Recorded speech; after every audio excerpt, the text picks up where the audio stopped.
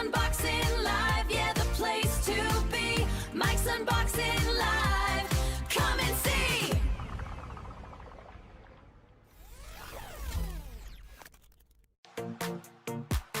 Let's turn the good vibes up and press the play. Make this the perfect start to an awesome day. So welcome to the stream, yeah, the show's begun. Come and join the fun for everyone. It's Mike's Unboxing Live, yeah, the place to be. Mike's Unboxing Live, come and see.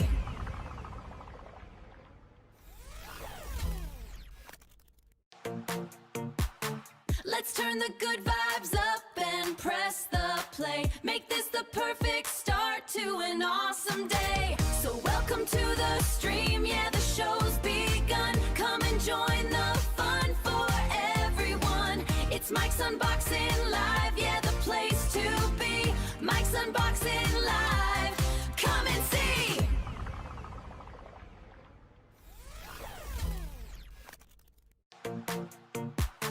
Let's turn the good vibes up and press the play. Make this the perfect start to an awesome day. So welcome to the stream, yeah, the show's begun. Come and join the fun for everyone. It's Mike's Unboxing Live, yeah, the place to be. Mike's Unboxing Live, come and see.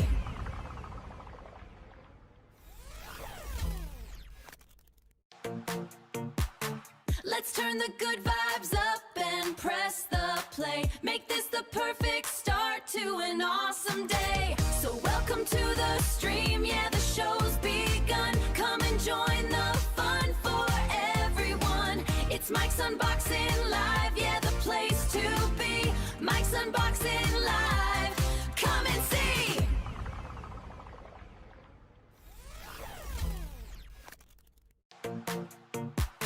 Let's turn the good vibes up and press the play. Make this the perfect start to an awesome day. So welcome to the stream, yeah, the show's begun. Come and join the fun for everyone. It's Mike's Unboxing Live, yeah, the place to be. Mike's Unboxing Live, come and see.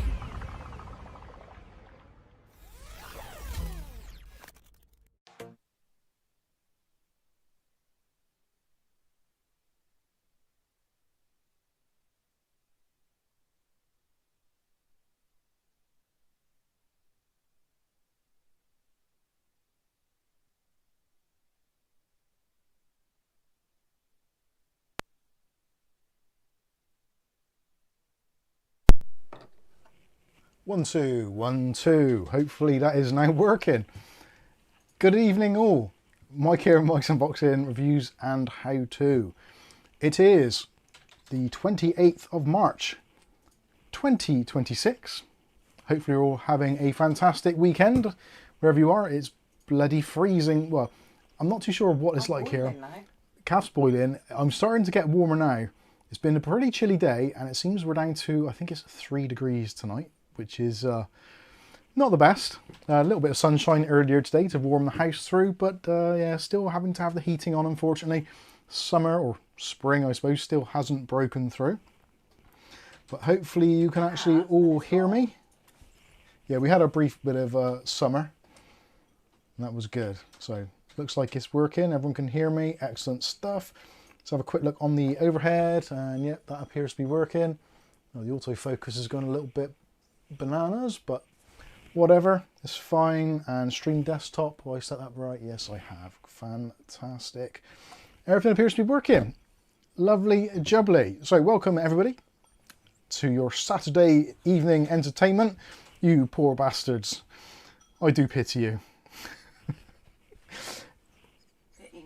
Bring some conversation to the chat today, because there's not really a great deal to talk about, although I have got a few things planned for tonight's stream, one of which is the headline, the fact that RAM prices may be getting better and RAM consumption by AI companies may not be quite as bad as we initially thought, thanks to, of all people, Google. Who would have thought it? Google actually coming to the rescue of mainstream PC enthusiasts. What a strange time to be alive. Also as well, some discussion about this. Scarcity setup. Yeah. Also some discussion about my Asus beloved keyboard, which has been boxed up and is going back, unfortunately, under warranty because, yep, USB Type-C has broken, which is not great. And bearing in mind, I very rarely move this keyboard or do anything with it, I'm a little bit disappointed, but all is not lost. Well, we'll discuss that a little bit later, because the replacement for this is actually an upgrade, which I'm pretty excited about, which unfortunately it didn't arrive today. I was hoping it was going to be here for the stream, but sadly it looks like it's going to turn up tomorrow. So I'm just going to have to wait a little bit longer, and you will have to wait a little bit longer to see it. But the replacement, I think, is going to... Well, I said that this keyboard was basically perfect, apart from two very minor things. And the new version of this is actually fixed one of the problems. Maybe both of them. I'm not sure until it arrives. So very much looking forward to that. And actually shout out as well to Amazon UK customer services, who, even though I bought this keyboard basically almost 2 years ago, they still have offered to take it back under warranty and give me a full refund in the form of Amazon gift vouchers, which I have now, excuse me, which I have now respent on its replacement, and I saved about £10 in the process, so not too bad. Amazon UK customer service is great. It's almost like a lending library for parts. Affiliate links are in the video descriptions, by the way, if you wish to take advantage of Amazon UK pricing and warranties. So yeah, we'll be discussing that a little bit further. Take a look at the USB ports. Other things that I have to take a look at. Our good friend of the channel, Matthew Day, pointed out, I think it was during last week's stream, that there was some DDR5 RAM going reasonably cheaply over on CEX. So give me a heads up on that. So I'm not sure if I did it that night, or whether, I think I did do it straight after the stream. And I have bought some new DDR5 RAM. So we will be needing to really test that. So I'm thinking maybe later on in the stream, we'll get a little test bed rig set up and do some memory testing just to make sure that the RAM sticks work. I haven't tried them. I've literally taken them out of the packaging and put them up on the shelf for safekeeping. So I do need to test them. And ideally, when you buy anything which is used, if you can test it in some sort of recorded environment, that is always a good idea. So you've got some form of proof that the item is faulty. So that's pretty good. So yeah, we've got some interesting things to discuss, and obviously any topics you wish to bring to the table. Something which I've been going a little bit potty about recently myself is I consider my desktop computer to be pretty decent, pretty high spec. So my current video editing PC consists of a Intel 270K, awesome stuff, a Z890 motherboard, a 1TB Western Digital, or no, yeah, a WD Black, whatever that drive is up there, the SN850X, is it, or something? Whatever it is. Fast drive, anyway. A graphics card is a RX 9070 XT. So overall, it's a system which is pretty decent. Got 32 gigs of 6000 mega transfers RAM.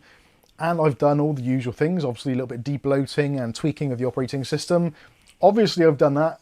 This is the channel that we do those things. So clearly I've done that. And also I've adjusted some of the startup programs. So some things I don't want running, like OneDrive and things like that, I have actually taken out of the equation. But still, now you may find this as well, that when I turn on my computer, Windows itself loads and it's pretty quick. Pretty happy with the overall performance of Windows, the actual operating system loading. Keep an eye on the chat, Dave. But what I have been finding more and more recently, and is becoming more and more of a problem for me personally, is that the programs that I actually do want to start up when Windows loads up, that are in my startup file, seem to take an absolute age. And I actually got to the point where I thought, I'm actually going to get the stopwatch out and see how long this is actually taking, because it seems like some of my programs are taking an absolute, well, a ridiculous amount of time to load. So generally I'm thinking of OBSBot for my webcam. I'm thinking of Discord for obviously communications with you lovely people out there. And also there's probably one or two other things that are running, simple wall, firewall possibly, maybe fan control, that kind of thing. So yeah, I actually recorded the time and it was taking 2 minutes and 19 seconds for my system to fully boot and all of my startup programs to be actually ready to use. Which I feel for a modern, fast computer seems to be way too much. And maybe you're in a similar situation. We'll quickly address the super sticker there, Mark Gaines. God bless you. He's been a member now for 12 months. Happy birthday. You're 1 year old. Mark Gaines has been a member for 12 months. Thank you very much for helping to support the channel. And he says, hello, Mike and Kath, 12 months. Nice one. Awesome stuff. You are all lovely people. All of you that help to financially keep the lights on. Literally. Especially now that YouTube views have gone absolutely down through la toilette. It's incredible. You wouldn't think, well, you would. You wouldn't think that just having no DRAM to build computers would affect your viewership as much as it does. And it's not just me, there's other content creators who have been making videos about it saying that it's crazy how much YouTube viewage has actually dropped. We generally do get a bit of a drop off after the winter months. As we head into spring, obviously summer as well, the views drop off, unless there's some really exciting hardware on the horizon, which seems to be happening less and less. So yeah, we are down, I think I mentioned it last week, I had the wrong percentage altogether. I said it was 145% less, or 147% less. I was absolutely wrong. It was 147,000 less views per month. So I was kind of right, but also kind of wrong at the same time. So yes, it's not been great. Mystic says it's when you have so many programs on startup, it seems to make PC load slower. Now, you're slightly right, but you're also wrong. I did say that I have tweaked my startup file to stop or limit programs.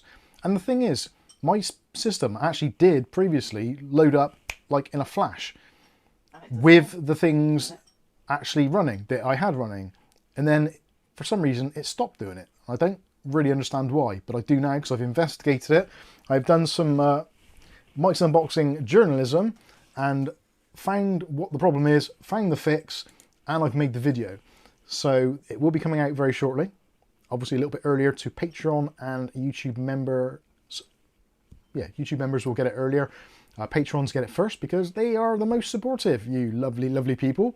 Well, I say most supportive. When you support us via Patreon, we get essentially 95% of the money that you contribute to the channel. Whereas with YouTube membership, we get about 60%. So this is a little bit of a drop off. Actually, 70% I think it is. But you can support with less money on Patreon anyway. Yeah, and Patreon support costs a little bit less. So if you want to do that, you can do, and it might balance out. But it's just anyway. a natural way it would, because it goes to, like, unlisted, doesn't it, and then to members on the listing. So that's another reason why it's more of a natural. So yeah, it's all good stuff. Dave Verner says, solve the slow boot problem, never switch it off. Simples. It's okay if you live in a country where energy prices aren't ridiculously expensive. And actually, I'm one of those people which I've always turned my PC off when I've finished using it. Let me know in the chat. I'm actually interested to know, do you people out there in Viewerland, do you turn your PCs off every day? Or when you go to bed or when you finish using them, do you turn them off? Obviously, if you've got a NAS or a server or some sort of home lab, maybe you leave that on. That's understandable. But your traditional desktop PC or even your laptop, do you actually leave it on? And then just like close the lid? Or just let the PC go to sleep? I know some of you do because we have problems with USB stuff staying on. But let me know in the comments. I'm interested. Yes, Kath? X-Plastic. How much cheaper for DDR5 6400 are we talking? Now, I can't give you a specific price at the moment because literally it's way too early to tell. Now, this change in the market for DDR5 RAM started on the 24th. There was an announcement from Google, which we'll have a look on the screen shortly because I have got the page benchmarked. Not benchmarked, bookmarked. You don't benchmark web, well, I suppose you do benchmark web pages. I have got it bookmarked, so we can have a quick read through and see why potentially RAM prices may drop thanks to our good friends at Google. Good friends. Calf's turn the light on. Why have you done that? John David Sullivan with his super sticker there. Don't forget, if you are a YouTube member, you do get free super stickers, which you can post. Not sure how many you get. John David Sullivan says, I always turn my PC off after use. Happy 2 years. Happy 2 years anniversary to you, JDS. Thank you very much. Let's have a look, see what people are saying. I was thinking, how do I turn those lights off on your face? And then Yeah. it realised it's a disco ball. Greg turns his off when he goes to bed. Do Delicious, yes. Dutch Jan, yes. Mark Barry, yes. Zero Defects, I turn it off. Off at night, sleep otherwise. Matthew Day. Turn off every night before bed, yes, always. Yeah, it seems that a lot of you do turn your PCs off. I'm guessing Americans possibly and Canadians and people where it's like cheaper energy costs, maybe leave them on. Maybe, I don't know. There is another super chat. Thank you very much. Mark Gaines being ultra generous tonight. Thank you very much. £20. You absolute beauty. Mike, I just read an article from WCF Tech saying Google's TurboQuant might be behind the RAM price drop. You are exactly right. Yes, the Google thing, which I cannot pronounce. TurboQuant. Sounds like a swear word. David Thompson says, end global warming. Leave your fridge door open. That'll do it. Rick H has been a member for 54 months. Some of you have been members since we actually started doing memberships. And we do massively, massively appreciate That's it. for Rick H. There you go, Rick H. Kath's going to give you some lights anyway. Sorry, I get behind on the chat. She's up and down like a whippet tonight. Thank you, guys and girls.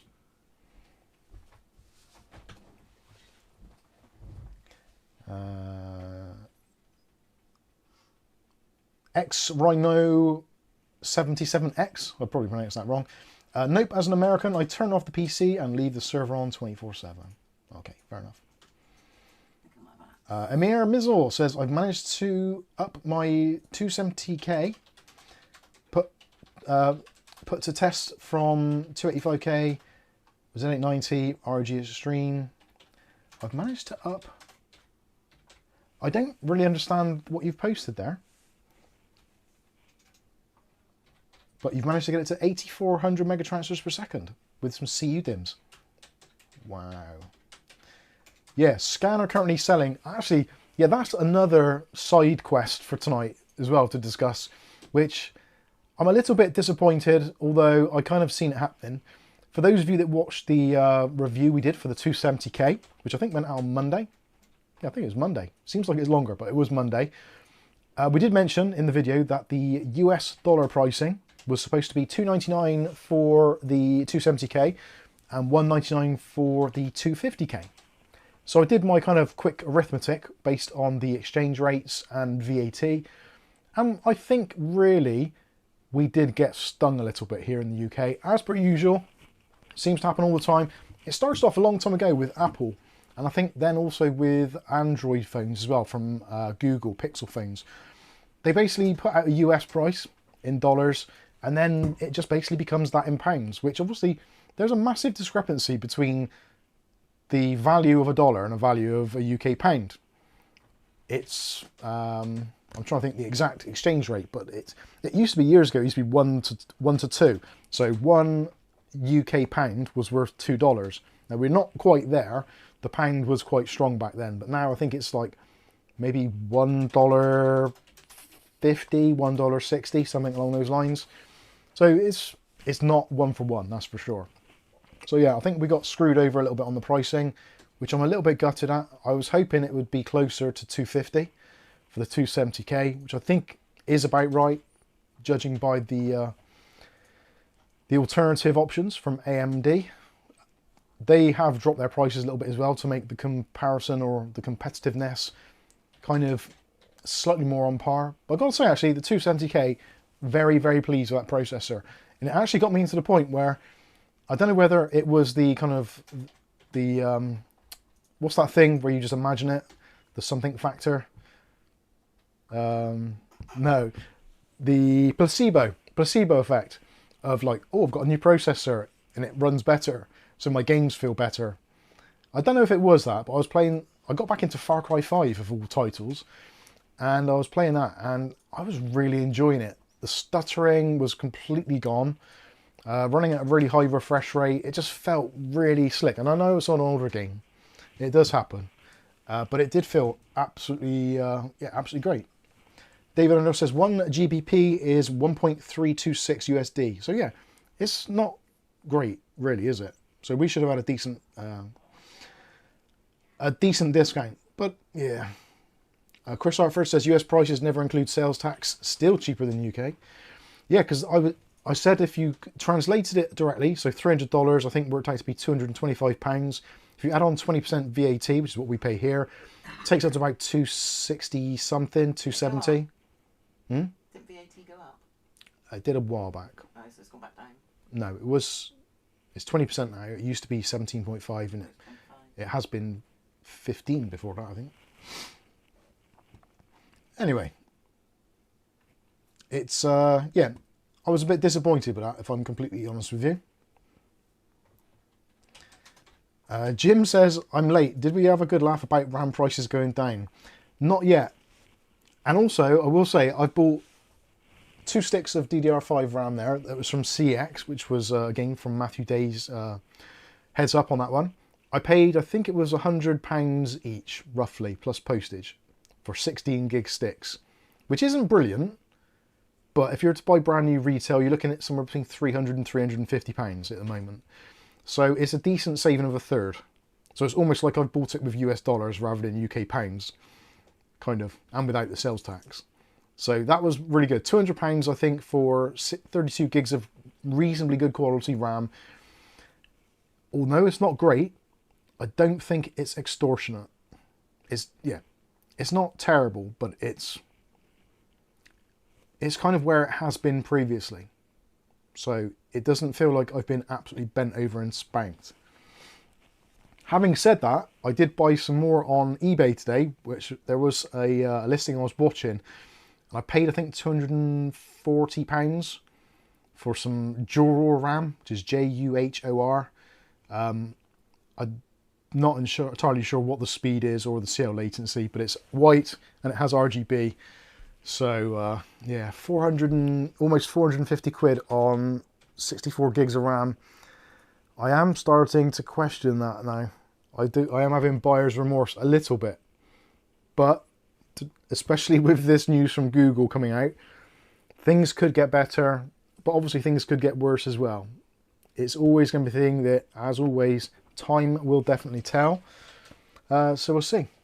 AliExpress brand, I think it is, yes. And of course, yeah, there's been developments as well with the oil war at the moment. So yeah, that is also going to have an effect on everything. So yeah, it's who knows? It was great. Not that long ago, only a few years ago, you could basically look at previous history of pricing and like market volatility, and you could really make quite an educated guess of what was realistically going to happen. But the way things are in the world at the moment, especially with things developing in the United States, it's kind of like all bets are off, aren't they? It's just like all the chaos is happening all the time. Everywhere. Every single day there is some crisis going on somewhere. It's just absolutely insane. Jukka says, I'm going to panic buy a PS5 tomorrow. Yeah, apparently those are going to be going up in price as of April the 1st, or possibly even sooner. It's very, very mental. Chris says, I miss building PCs, but the market is gone. It will never... Will it ever return to normal? Funny enough, this last month, maybe the last 2 months, I've sold more PCs more consistently than I ever have before. Now, I do sell my PCs a bit too cheap, to be fair. But I listed one on, I think it was Thursday. Maybe Wednesday. And Oh, this is an interesting one actually. Some of you probably don't know this. If you're not on our Discord, you probably haven't heard this. This is a slightly interesting story. Must have been. I think it was Wednesday. Must have been Wednesday because. We listed it on Wednesday. She came mail on Friday, didn't she? Yeah, that was it. So I listed the PC for sale. This was the one that we actually built up, I think, in the stream. Was it the stream we did this week? Last week. Yeah, the last PC build for a while, wasn't it? Last week's stream. So I listed that PC on, I think it was Wednesday or Thursday, whichever, doesn't make a difference. I put it on for £750. I valued it roughly about £770, and I thought, well, let's just say £750, see what happens. And almost immediately, I was getting people asking straight away, like, is this still available? It's like, literally, I've listed it like minutes ago. Yes, it's still here. And I think overall I had about 5 or 10 people all showing like definite interest. And one of them was like, this was quite late at night, about 8 o'clock at night, saying, can I come and get it? So it's like, well, yeah, sure. Are you local? Like, I looked on his Facebook profile and it looked like he was from either Cardiff or Newport or something, which isn't drastically far away from here, but it's far enough. And he said, yeah, I'm in Bristol at the moment. I was like, all right, okay, fair enough. I said, the PC's not quite finished yet. I've got to put the Windows license on and I'll set it all up so you can see it all working. He's like, don't worry, it's fine. Just send me a video of it working. I'm happy with that. I said, look, to be honest with you, to send you a video of it working, I've got to take it out of the box anyway. And I need to install the Windows license key from our good friends at premiumcdkeys.com. Link in the video description and also in the chat. So I had to do that anyway. So I got it all out, got it all set up, installed the license. I said to him, like, our neighbours are away at the moment, so if you want to park outside, like, nice easy parking. Our road is an absolute prick to park in at the best of times. So I figured, like, just give him a heads up, say, look, park outside, it's fine. The driveway's open, but they're not there, so it's fine. And it all started getting weird. It's like, don't worry, it's like, I don't want to see it set up, just have it boxed ready for me to go. And immediately, like, alarm bells are starting to go off. And no doubt you listening to this, you're getting those spidey senses yourselves. Yeah, so doorbell goes, PC's all set up, comes in, and like, oh, all right. He did look a bit of a scally. But these days, there's a lot of people who work hard for a living, they don't have time to shave and dress up and what have you, and it was later in the day, so you never know what people's backgrounds are. I try not to judge a book by its cover, although that is inherently one of our human defense mechanisms, that we kind of sense danger based on someone's appearance and presence. I digress. I didn't even see his appearance there. So, yeah, it wasn't completely obvious, but right, yeah. I was watching you on the camera. So we're really lucky, or fortunate, or whatever, that we actually have CCTV cameras, which some of you have probably seen us review in the past on the channel. So we've got them dotted around. So we can record stuff and we can keep an eye on things anyway. But where I set up the PC, I always have one of the cameras facing exactly where we are. So should there be any problems with any transactions, I've got some video footage of the person and the conversations, etc. So he comes in, so I said, all right, there you go, PC's in through there, and he's like, I honestly don't know what I'm looking at. It's from my brother. I was like, all right, okay, fair enough. So I'm like, well, do you want to have a look or anything? He's like, no, that's fine. I'll just take it, pack it away. How much is it? Yeah, then he said, how much is it? And it's like, well, if you've been asking, we've having a conversation, you kind of know how much it is, but maybe, I know, sometimes people do that when you're going to buy a car. It's listed for £2,000 and you go back and you're like, you try it on and you say, so how much was it again? Hoping they're going to say a little bit less, or you can say, well, I thought it was less, whatever. Anyway, it happens. So, yeah, I say £750. So he starts getting the cash out and he's counting the money out and he put in piles of £100 on the table. And the lighting in the room is just like a little side lamp. So the lighting isn't brilliant. It's late at night. This is about 8:30, 9 o'clock, maybe even later. So it's dark anyway. And all we've got is like the dim lit from the PC. It did have a lot of RGB, so that helped. But it was kind of relatively dimly lit. So yeah, he's there. He's counting out the money in piles of 100. And the first thing I sort of noticed is that all of the stacks of notes were face down. Now, the odds of you being able to do that are somewhat unlikely, I would say. So it looked to me as if they were being deliberately put face down. So that immediately, I'm still like trying to disconnect things, the mouse or whatever, look at the PC, whilst I'm kind of eyeballing at the side peripheral vision, the money going down on the table. So the money's going down, the notes are upside down, it's a little bit dimly lit anyway, and I just kind of briefly scanned over looking at the money, because hey, it's money, you look at money, don't you, right? If you see money, you look at it. And I looked over and I just thought to myself, those don't look right.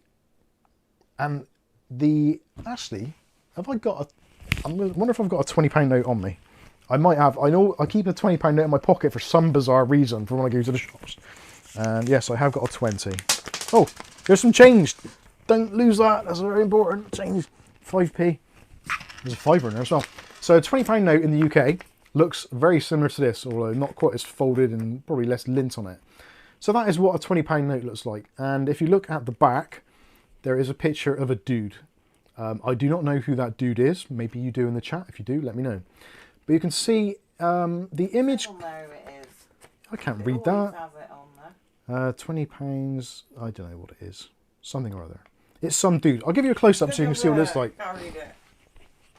I won't be able to read his name now. Kath's going to try and read it. No, it's all Joseph Mallard, William Turner, 1775. Never heard of her. Never heard of her. Right, so that is what it looks like up close. I don't know if you can see that. Sorry, my thumb's shut on it. So that's what a 20 looks like. But the picture of Harry Kane on the back, it looked really pixelated. Now, actually looking at this a little bit closer, that does actually look a little bit pixelated anyway, I would say. But it did look more pixelated. And also, there's a lot of other things on a note which you can check to make sure that it's legit. So one of them is, there is this section here, the hologram, which as you turn it around, it should change and say 20, and then the numbers 20. Now, I have no idea if that's coming out on camera at all. It says 20 and pounds. Oh, 20 and pounds, or whatever it says. That says 20. Yeah, it changes, basically. But the hologram on theirs didn't. And also, this bit here in the middle was missing. So that was all blank. Other than that, it didn't look too bad. The actual size may be a bit smaller. You saw it in a darkened room. It was a darkened room, so again, I couldn't see it perfectly. But you get the general idea. It didn't look right. And also, all of our banknotes, for obvious reasons, on the back, have a serial number. And there's a lot of fake 20s going around here in the UK. It seems that Bristol are getting quite a few. There seems to be quite a few notices on like your Facebook groups and what have you that they are about.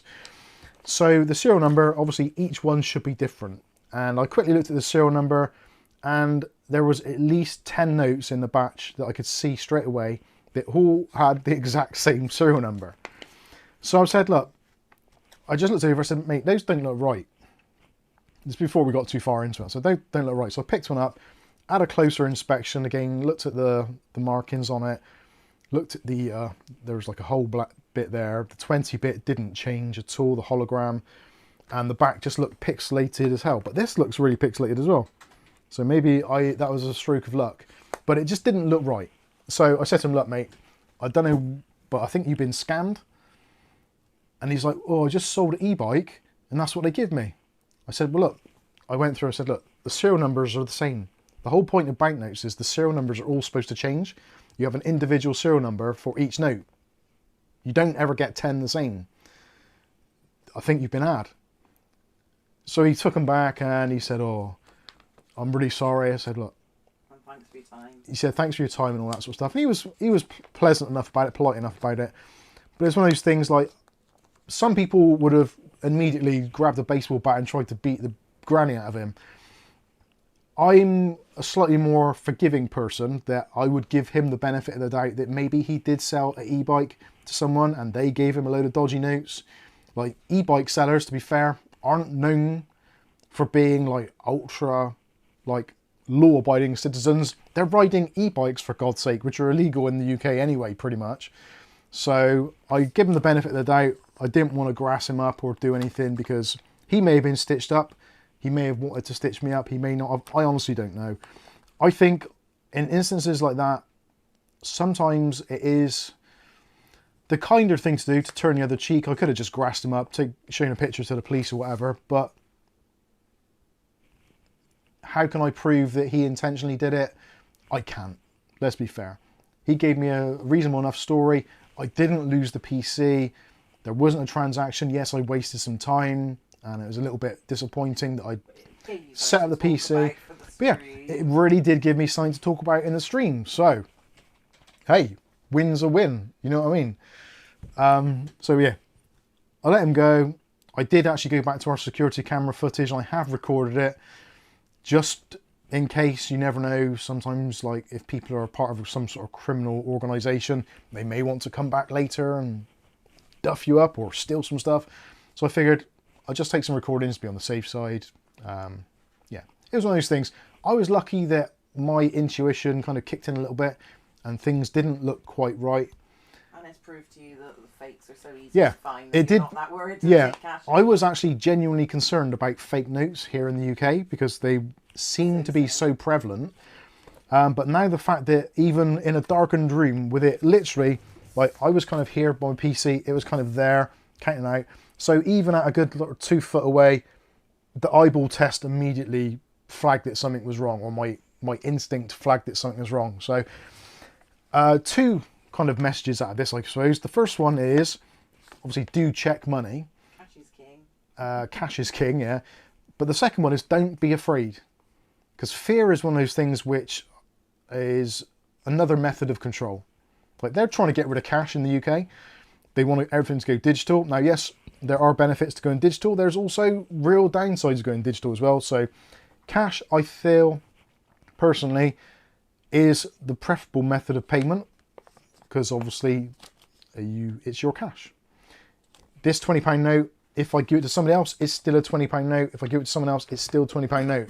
Whereas with kind of transactions which are done digitally, if I get given £20 on PayPal, for instance, I get 5% or whatever taken away from me. If I then pay someone else with PayPal, I lose another 3 to 5%, and it just goes on. So your money basically erodes away. And you give it all to the banks. You're giving it to the banks, you're giving it to these providers. So yeah, ultimately, cash, if you can, is great. I appreciate if you're buying things online, it's less easy to do unless you can visit their physical store. But most people don't have that opportunity, or it costs too much in fuel to get there. So I get it. I understand where it's coming from. Yeah. So a lesson learned that there are fakes out there and people will try it on. But it appears, from what I could tell from those fakes, they were really bad. The paper, or the polymer note that they use, didn't feel that dissimilar, I'll be honest with you. And the note itself, I don't think is that difficult to forgery, but it's those other things. So you just have to be careful. Check a look on the back, look at your serial numbers, give it a wiggle, make sure that the holograms are holograms and not just like shiny printing. Yeah, you get the general idea. So yeah, that was a little bit of entertainment for the mid part of this week, and I'm happy to say that the day after, there was a guy who was interested beforehand, and he said, look, I can't come today, can I come and collect it tomorrow? So I'm like, yeah. There's a guy who, I actually messaged him and said, look, there's a guy who's really interested, he's local, he's got the money, he wants to come tonight, can you make it tonight? And he's like, no, I'm really sorry, thanks for giving me the heads up though, but no, if it goes, it goes. Luckily for him, it didn't, and he turned up the next day, and he was a lovely bloke, took the PC, did a bank transfer. He said, I won't use cash, I'll do a bank transfer. I said, look, it doesn't matter, if you want to do cash, cash is absolutely fine with me. Obviously I will check the notes, because I'm a little bit kind of heightened awareness to it at the moment, but yeah, I will. Dave, don't scratch that on us, Poppy. Yeah, it all went through, it was absolutely fantastic, and the PC sold for the full asking price, which is actually quite unusual, and actually the guy came from quite far away. I think it was maybe Trowbridge or something, or somewhere further. It was somewhere pretty well, not local, let's say. So people are travelling to buy PCs from Mike's Unboxing, which is always a nice thing. So we like that. It's good. I need a drink. I'm going to get my drink in a minute, and then I'll read some of your comments and see what you were thinking and saying. And I'm a picture of you 20 years old. No, it's only 2018, so 8 years old. Bless. We've aged. It's AI enhanced. Oh dear. Okay. It's not that different from our real original picture though, is it? I feel like I'm getting a cold. I feel really snuffly today. A stink conflict. Something's not right. Right, move over, Pippi D. Who takes the most off, PayPal or Google? Says Matthew Day. Google by a considerable chunk. What was I going to type? You've put me right up. I know. Sky Stalker says, I prefer cash. I have more control. Wife was in retail, so she can tell very quickly. Awesome. You usually give it to me to check, don't you? Oh yeah. Doggraph says, don't forget the bargain discussion, the fake 4TB SSD. Yes, I can't remember who it was that actually, was it Erper? But somebody in our Discord actually bought a 4TB SSD, which I think was a Samsung 990 Pro, I think. And it came from a UK eBay company called Stocks, S-T-O-C-S, I think. Has it got a K as well? Stocks, I think it is. Anyway, they sell a lot of stuff, like tens of thousands of items. And I've actually bought a few things from them before. Motherboards, cases, I'm trying to think what else. I've had quite a few things from them over the years.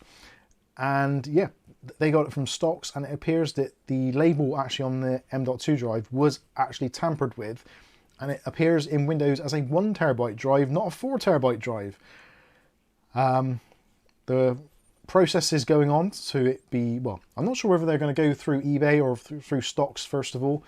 I didn't read all of the conversation because I've been doing videos and trying to prep for the stream, so I'm not too sure what goes on there, but just goes to show that unfortunately, as things are becoming much more expensive, these types of things do happen.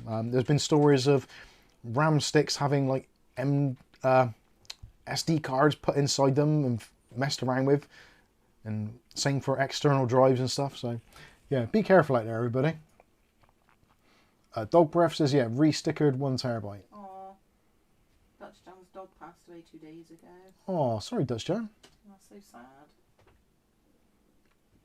Chris J says, the UK is becoming a fascist country, just like here in Australia. Like everywhere. I think every country is becoming more and more fascist as it goes. Because they all do the same. Yeah, it's that thing of, there was a thing, There was different things in different countries. There was a word that was used a lot during COVID, and that was that everybody was was like doing stuff in lockstep. So if one country did it, everybody else did, and I think it has, it's continued. There are obviously going to be a document called lockstep. There might well be. I think there is. I think a lot of countries do tend to do it because they kind of, ultimately the government are supposed to be for the people. So they are our elected representatives to go to Parliament and discuss our problems and our needs and our desires and our wishes. Not asking us. Whereas now, it seems to have flipped, so that basically we do what the MPs say, rather than them doing what we say. So the power shift has definitely happened, and I think they're getting quite used to the power and kind of leveraging it wherever possible. They're all maybe getting a little power crazy. We need a revolution. Am I allowed to say that on YouTube? Probably not. Anyway, whatever. Let's see. Aletta says there will always be cash because politicians don't want their streetwalkers and drugs on their credit cards. True. But they cover things up, don't they? Blue Mind says put that emergency 20 back in your pocket. Yes, I will need that for Monday when I do my weekly visit to the shop. Miss Dean says, yes, I ordered yesterday a USB stick on Amazon. I received the parcel. They sent me an Ultra UHSI card. Oh dear. Simrab, our local hairdresser, men's or women's, always want cash, avoiding taxman springs to mind. See, yeah, that is the thing. I think as well. You think of all the bank charges they have to pay. Yeah, there is that. But what it comes down to, I think personally, is that whenever there's some sort of narrative which is out there in the kind of the public domain, so if there's a group of people that have an opinion which differs from what the government want to do, or for another part of society want to do, they immediately come out with the kind of like the ad hominem attacks and try and make it so that however your thoughts are, You're not thinking like the majority. immediately you're not thinking like the majority, and what you're thinking is inherently bad by the words they use to it. So it used to be here in the UK, if you were someone who was either kind of like you had a left-leaning, centralist, and right-leaning. So back in the day, like if you were right-leaning, it just meant you were a conservative person. You had conservative values. If you were in the middle, it meant you were a liberal, and you took in bits and pieces from each side. Or if you were on the left, you were more socialist, that sort of thing. And it was fine. Everyone had their own beliefs in whatever and pretty much kept themselves to themselves and did their own thing. But more and more as the government is becoming more kind of wanting to implement some form of socialism, if you are looking towards the centre or slightly to the right, immediately you're a right-wing racist Nazi. So clearly, if they want to call you that, a large percentage of the population, like here in the UK, it's like a 50-50 split pretty much, left and right. There's a centralist element to that as well, but essentially it's left or right. And 50% on one side, 50% on the other. So it's kind of like the government are more left-leaning, even when it's the Conservatives in power, they're more left-leaning. So everything's left-leaning. So if you look anywhere towards the right-hand side, you're immediately a racist Nazi, which... Who we got in power now? Labour. And they're doing exactly the same as America, who's got the opposite to us in power. Yes. Even though they're opposites, yes. they're doing exactly the same thing. Yes. So yeah, it's bizarre. So going back to the tax fiddling, this comes from the government. So the government are doing here in the UK, making tax digital. So if you are a business, you're doing this already. If you're a self-employed person, then as of April this year, you have to start doing all of your tax returns on a 3 monthly basis. So you do 5 tax returns a year. You do quarterly ones, and then you do your final one, which for a lot of self-employed people sucks. Now, yes, going back to what you said, like hairdressers, maybe they put a few haircuts through that are cash paid, not through the books. I get it. People do it. But then it's the kind of the more law-abiding people that put everything through the books who get stitched up having to do this digital tax, which obviously if you've got an accountant or you're using some sort of accounts package, which you have to use, but even that's digital, you've now got to pay your...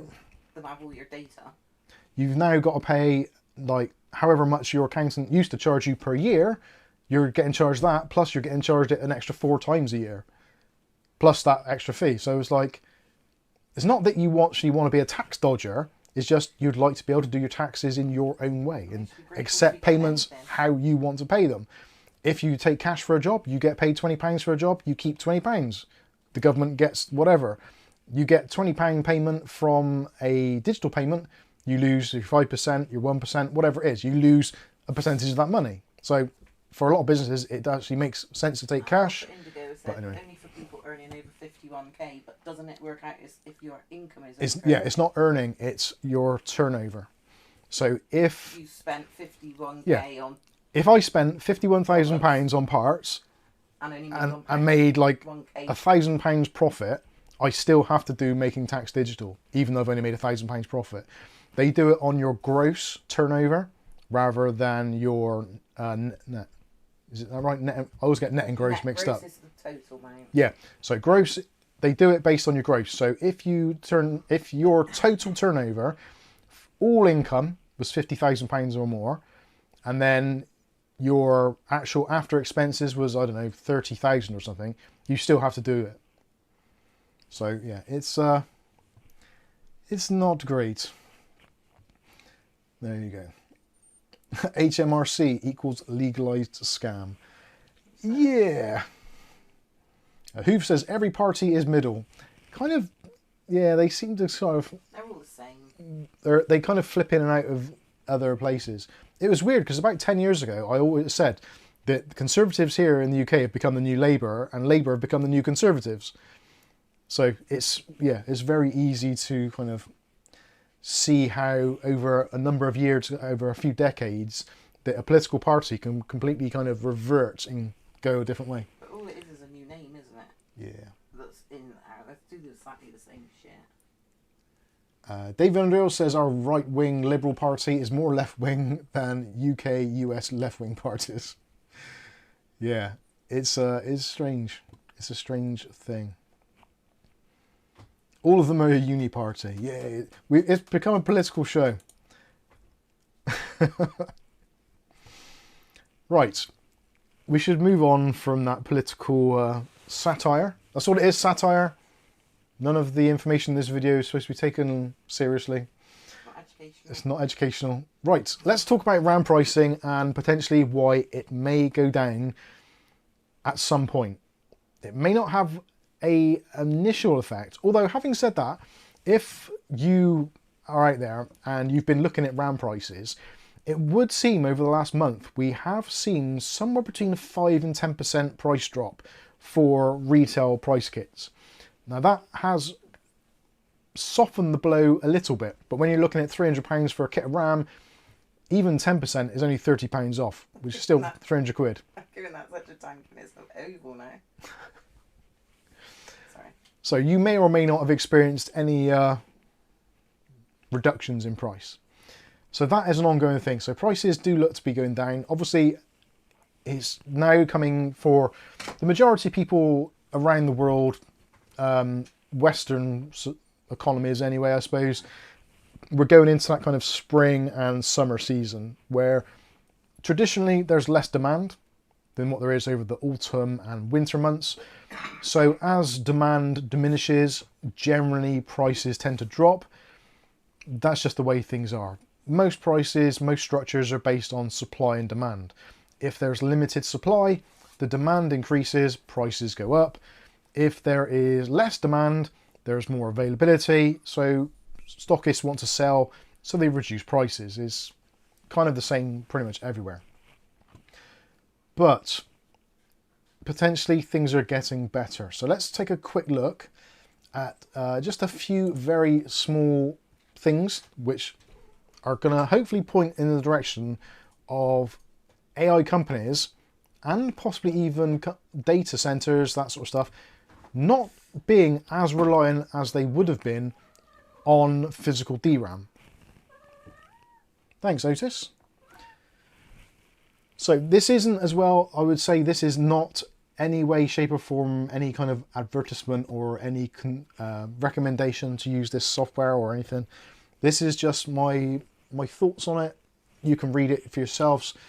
So if you go to Google or whatever, just type in TurboQuant and you can find out loads of information, but we'll have a quick look through. So essentially, as it says there, TurboQuant, redefining AI efficiency with extreme compression. So that pretty much tells you exactly what you need to know to begin with. So they are basically compressing the AI data models, so essentially they will fit into a smaller RAM space. As with anything in terms of like high-end business, if you've got servers, whatever it is, storage is always a big concern. You've never got enough and you always want more. So by managing to condense these things, basically it's like when we had hard drives back in the early 90s and you could use drive compression technology. It wasn't as good, it often wasn't as fast, but it gave you more working room. So it was useful. So there we go. We introduce a set of advanced theoretically grounded quantization algorithms that enable massive compression for large language models and vector search engines. So that's great. You get the general idea. It's a new Google thing. This came out on March the 24th. As you're probably aware, it's the 28th today. Nothing happens on a Friday in tech. Nothing happens on a weekend. So this was on the 24th. That would have been 4 days ago. So yeah, realistically, it caught the end of the week. Now, let's have a look at some other information, which I've got here. So this is Ars Technica reporting on it, saying that Google's TurboQuant AI compression algorithm can reduce large language model memory usage by by 6x. And basically, they go through, there's quite a long thing. It's essentially making a cheat sheet so it can load things quicker or easier. You feel free to go through and get all of the information you want to from that particular thing. Let's take a look at Guru 3D. They've also done a article on it. So Google TurboQuant AI-compression triggers market concerns over DRAM demand. So as you can see, there is demand concerns.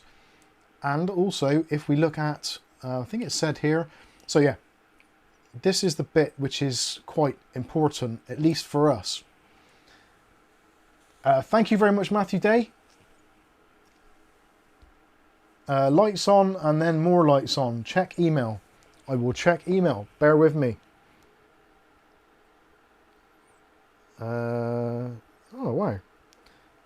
Check Discord. Why am I checking Discord? Let's have a look. Matthew Day. What have I done here?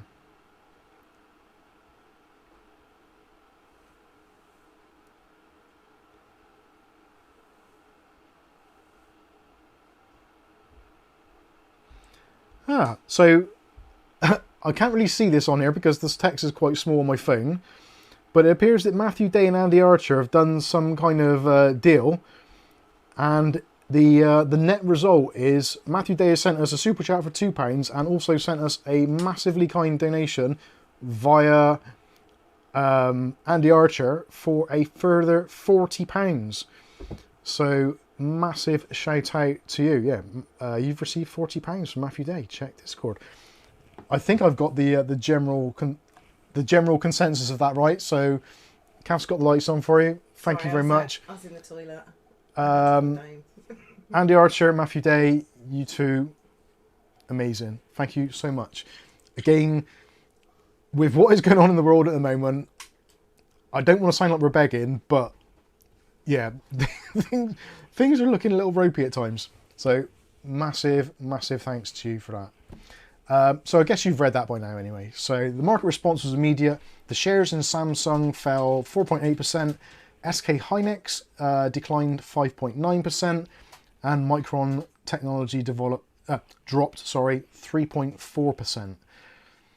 And that is just on the possibility that AI data centers aren't going to be requiring to use as much RAM as previously considered or previously thought of.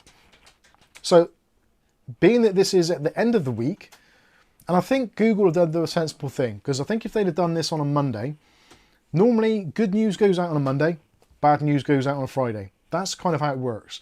If you go to work on a Monday, if you're going to get a pay rise, they're probably going to tell you the start of the week. If you're going to get the sack, it's generally towards the end of the week, because if they tell you on a Friday, especially if you don't work weekends, there's less time. Yeah, you can kind of cool down over the weekend before you maybe go back. There's less chance for confrontation. And funny enough, they actually even said that in the Office Space film, which some of you, if you're old enough to have watched it, if you haven't watched it already, please watch Office Space. It is an absolutely fantastic movie. You're the second person this week I've heard who said watch Office Space. Office Space you've got to rent it, is incredible. You can watch it at various places. Just watch it. It's a fantastic film, and when it actually first came out, it was a really slow burner and didn't do very well at all. But it got a cult status, and now it's just like, yeah, whenever it goes onto streaming services, there aren't a lot of memes. It goes great. Yeah, it's meme central. It's great. Are you going out? Come on in. Yeah, it's really good. You going? Greg Sebs as well. The market was down due to the Iran war. That is definitely a thing. Stocks do rise and fall for those of you that mentioned that as well. Do you want a drink? Yeah, go on. Let me slurp this a minute. Well, I can get a word in edgeways. Plenty of gas in here. Sorry, I was just reading that. Blue Mind says, generous way to describe Monday and Friday.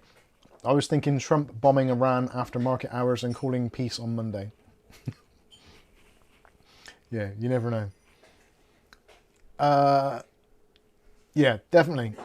If you haven't seen it already, watch Office Space. It's just, if you've ever worked in an office environment, or you've worked in tech, or you've worked in IT, it just makes so much sense. It's I think it was probably an early kind of contributor to series like The Office, both the UK version and the American version.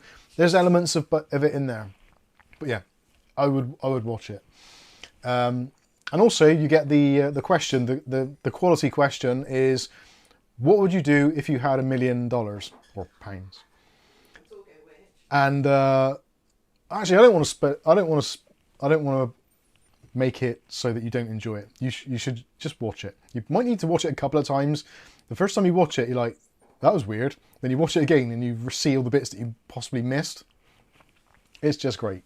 There's a documentary as well. Dutch Jan is put it in there. So Office Space Peter is more than fed up with his boring office job. However, when he tries to get freed, he is promoted. To his shock, together with his friends, a plan to get revenge on his employer. Yes. It is a kind of a stoner film as well, really. Fill out your TPS reports. I want to do some of the memes from it, but I won't. I don't want to spoil it for you. Although most of you probably watched it by now. Who says Case of the Mondays? Yeah, that's a. Have you ever heard that? So if you go into work on a Monday, or you're just like pissed off or whatever, and someone who's a little bit cheerful or overly cheerful comes out to you and says, "Oh, sounds like you've got a real case of the Mondays," like you just want to hurt that person, don't you? There's no way that that kind of person should survive.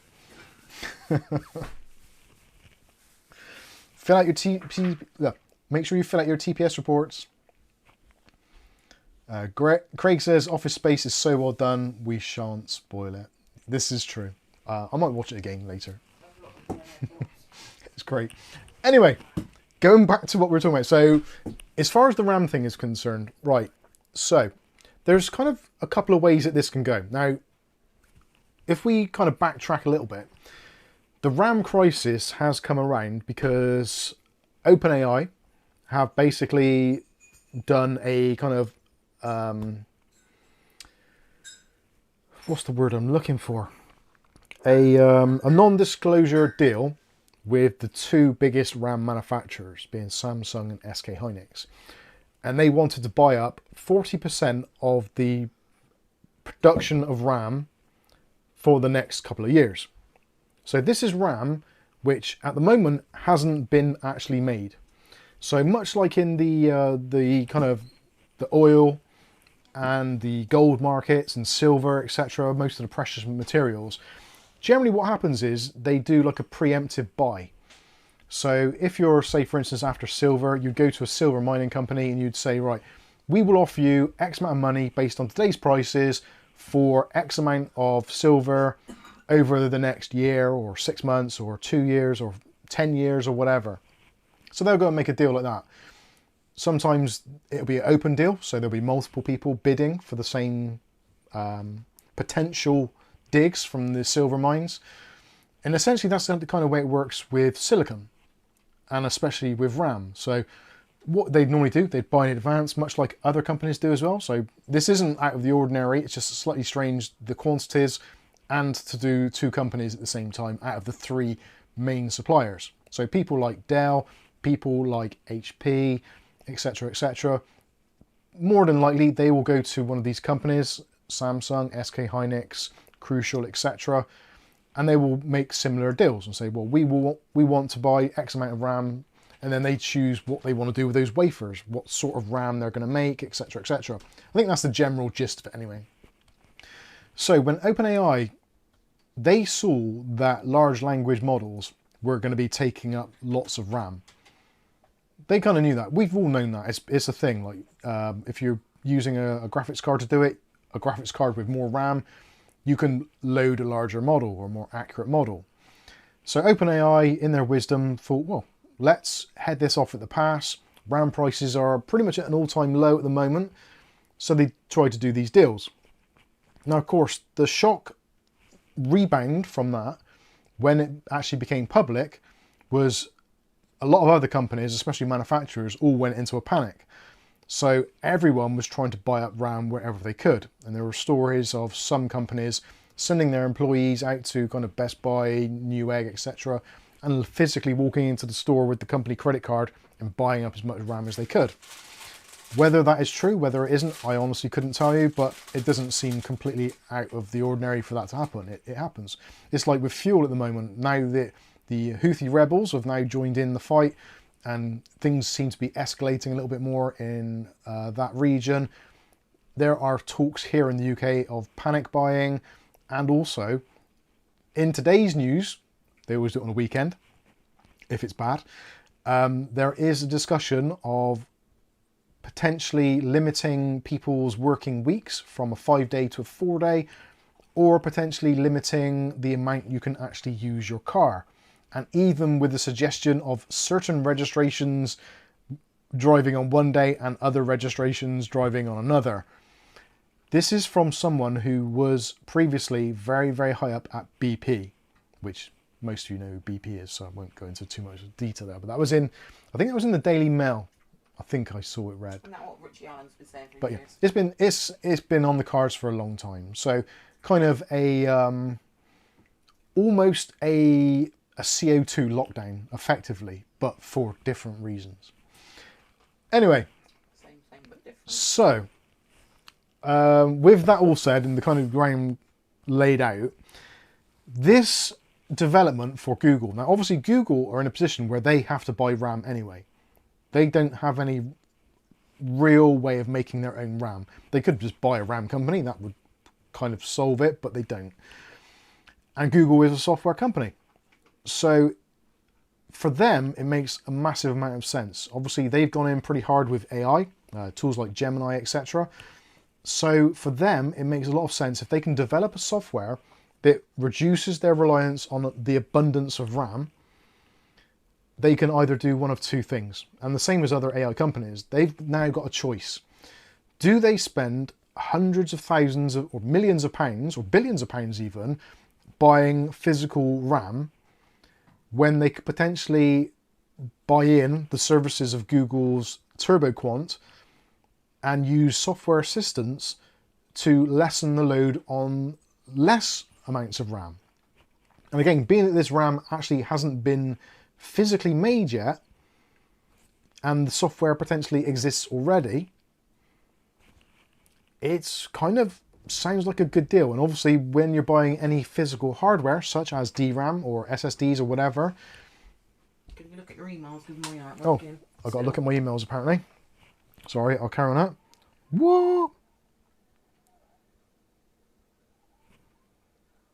Have you seen that? I've seen the amount, yeah. Wow. Shit. That's why I don't look at my face when you were looking all concerned at me. Am I allowed to say that, Mark? Let me know in the chat. Am I allowed to say that? Because that's like really, really generous. Thank you. Sorry, my voice has gone a bit now. I'm not getting emotional. You're getting emotional. Is there a message? I can't open that because it needs a two-factor authentication.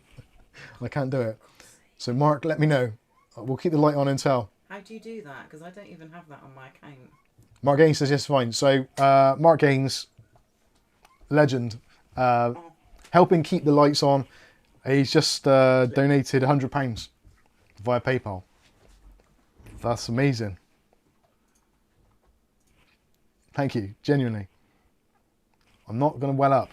Right, let's change the subject. Thank you. That's very, very kind of you. Amazing. Oh, got a ring in my ear now. So, where was I? Completely lost track now. I know. Yes, the options are. So, if you're an AI company, obviously if you're buying a physical product, such as DRAM or SSDs, as we all know, those components are destined at some point to fail, depending on how hard they're pushed and just other freak occurrences like voltages, temperatures, manhandling, all those types of things. There's potential for it to break. So if someone comes along to you and says, right, you can spend 10 million on this hardware, which probably in the next 5 years will want replacing or will be broken. Or alternatively, you can spend this amount of money on a piece of software which will replace 95, well, 40%, no, 60% of your RAM. So you can still buy like £4 million worth of RAM, or £6 million worth of RAM. My addition's not great.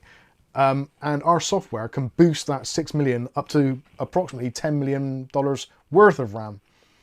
That is halving your liability to hardware failure through software, which might even be very cheap. So you potentially save money, and also you're reducing your liability, which shareholders are going to cream their slacks over that. Really. They really will. Dutch jam. Dutch jam. Question, what would happen to SK Hynix, for example, if the RAM deal falls through because of this? So, the RAM deal was a non-disclosure deal. So we don't know the full aspects of what could happen, but let's just say that OpenAI either went bust, which could happen, or they decide to not leverage as much of that RAM. And they say, look, 40% of your stock was pretty aggressive. Let's just say, let's go with 20%. Now, potentially they could have some sort of legal option to do that. They may have to pay some sort of penalty, but the penalty generally isn't quite as severe as the actual purchase. So again, it's difficult to know exactly how it's going to affect SK Hynix or Samsung for that matter as a brand. Realistically, I would imagine that their lawyers and legal people would have it so that there is some kind of clause or some kind of default, so that if they are unable to complete the deal, they have XYZ, whether it be shares in the company or some sort of financial penalty or the option to sell to other people. I'm imagining there was something written into the deal that OpenAI wrote in, so that if they could not complete the deal, they would then have the option to resell that to another player or someone else. Who knows? I don't think SK Hynix, they've made a lot of money recently. So even if their shares were to drop, I don't know, let's say 30%, at worst case scenario, it's unlikely to be that, but that worst case scenario, if it happened, investors got a bit spooked, yeah, they would lose 30% of the share price. They'd still be up quite heavily. So SK Hynix as a company, they're not likely to fail. Worst case scenario, their yearly projections would, or monthly projections would look a lot less, because rather than selling a bulk of your product to one person in one go or over a certain amount of time, that's kind of like guaranteed income, sort of. Whereas if they then had to then take that 40% of their RAM and then start saying, right, Dell, what do you want? HP, what do you want? Whatever company, how much do you want? Acer, Lenovo, etc. How much do you want? They would have no problem in shifting the RAM, especially being what we've just been through. Now, there might be a slight penalty. They might have to sell it a little bit cheaper, sweeten the deal a bit for some of the people they've pissed off. But realistically, there's like 3 companies in the world that make DRAM, or like they do. There's another 3 or 4 which are kind of like much smaller players. Between them, they do kind of like, I think it's somewhere up towards like 80% of the entire market, and the remaining 20% is shared through another like 3 or 4 companies. So yeah, it's difficult to say what would happen to SK Hynix or Samsung. I don't think they would suffer themselves. There might be some financial penalties, but it wouldn't break them. I don't think. I can't see any reason why it would be. They're too important in the industry. And if it got to the point where they looked like they would fail, I'm sure in like Samsung's case, not too sure about SK Hynix, and definitely not sure about Micron, Crucial's brand. I think if it happened to Micron, the US government would probably step in to bail them out. I would argue that for Samsung, Korean government might get involved. Not sure about SK Hynix. Check the chat, there's a few. I'm checking the chat. Dutch Jan says SK Hynix is down 20% in 5 days. So yeah, basically that release was on the 24th. It's now the 28th, 29th in some countries. So yeah, 20% down is a lot. It still needs to come down a hell of a lot more because share prices don't reflect in DRAM resale prices, but they do have a knock-on effect. So as the share prices dip, the price that they can sell RAM for slightly diminishes, and it's just a weird balancing act depending on what's going to happen. But yeah, that's interesting to know. Matthew Day says, yeah, depending on the deal, sell some on. Hoove says they signed contracts to 2027. Again, if it turns round, I'm sure, like pretty much every single deal that I've known in the business world or even heard about, generally there's always some sort of opt-out clause or get-out clause where the deal can be renegotiated or the deal can be changed in some way that almost everybody kind of works out okay. And yeah, Chris Harford, that's a good shout. Finally, downloading RAM is real. We did technically be able to download RAM in the early 90s where you could compress your RAM. What was that called? There was a program you could download which would actually compress things into RAM. Ram me up, landlord. Ram me up, landlord, that was the one. Would have been if I named it. Ram doubler? RAM doubler, I think that was it. Yes. Matthew Day says tank of fuel. Yeah. I think you're miles away. All right, let's go. Don't go too far. I'll scroll around to the bottom, see what we got here. Rob says there, the gentleman bad boy says, you're covering what LTT News reported last night in his, last night, this morning I watched about it. I haven't watched LTT yet, so I probably, if you've watched LTT, I do apologise for recovering. I'm basically kind of reeling in it. I didn't notice this until this afternoon when I was doing actually other things. I was doing another video on how to speed up your startup times, and during the course of that I went to Google, looked in the news section, and I saw it there and I was like, oh, that's interesting. Then I looked into it a bit further before the stream. So yeah, my knowledge of it is limited. Obviously someone like LTT would have much better insider knowledge than we would ever have. They probably have people that work for all those companies which kind of keep them somewhat in the loop. Bit of insider trading. But we'll see. Matthew Day says Micron would have to bring back Crucial. That wouldn't be a necessarily bad thing. I don't think. I think that would be... I think we need it. We need more competition in the market for sure. Especially like for when times like this arise. But the RAM cartel, and I can say that because they have been called a cartel before legally. So yeah, they are somewhat of a cartel. But at the moment it's just mental. Shrek says SK Hynix and Samsung are already propped up by the Korean government. Okay, I figured they probably would be. Micron, Asus, the only US DRAM manufacturer, surely would get a bailout. Yeah, I think that is pretty much it. RAM doubler, yeah, Shrek. RAM my lover. RAM was only... Lead Farmer says RAM was only doing what GPU were doing since 2020. Yep. Scott says, hi Mike and Kath. How you doing, Scott? Thanks for joining us. I think that turned out to be a scam. I don't know. Might have been. Where are we? Gentleman Bad Boy says, "No, it's cool. I didn't know about it because that's cool. It's you can't say anything wrong in the chat. Many people have tried, but no one yet. You're all entitled to your thoughts and opinions." Bloom says, "I realised about this when my portfolio started falling faster than it usually was falling this month." I think it's going to have a knock-on... Again, bad news, end of the week. That's when it happens.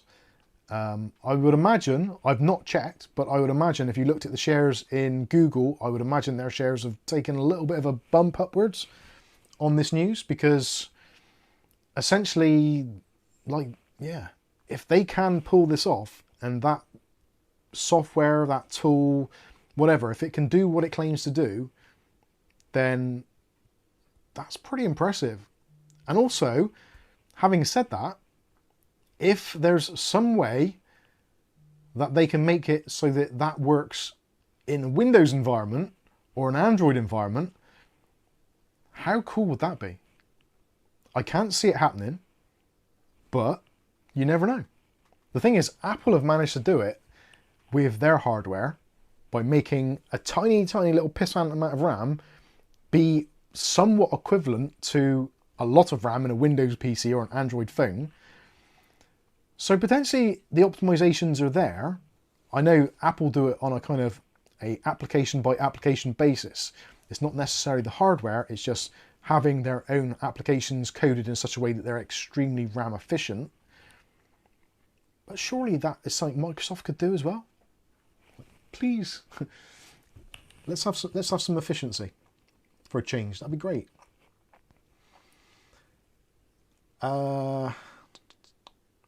Matthew Day says, GPU apocalypse, RAM apocalypse, are we due the CPU apocalypse? I don't know. I honestly don't know. There was talk that it was going to happen, that there would be shortages, but as of yet, touch wood very quickly, that hasn't happened. Alfredingo says, Trump's market manipulation money maker is working like a charm. Yeah, and it's not just Trump. Let's be fair, almost every politician and every government around the world, they manipulate the stock markets however they can. It's been happening for years. On the other side of the fence, look at the Pelosi family. Like, come on. You don't get that rich from that post. They've been working till that age as well. Obama, multi-millionaire on a job which doesn't pay that much money. Yes, I know they do speeches and promotions and what have you, but no politician goes into their job and comes out with less money. It doesn't happen. They all get lots richer. Yeah. Blue Mind says, Windows won't win. How dare you? You bastard. Windows won't win. Android will win. Apple will win because they have collaborated with Google to make Gemini the default AI. Yeah, I'm actually interested to see how that works out. I'll be honest with you, I use Gemini quite a lot. Like, more than just dabbling. I do use it a lot. It's very handy in my workflow.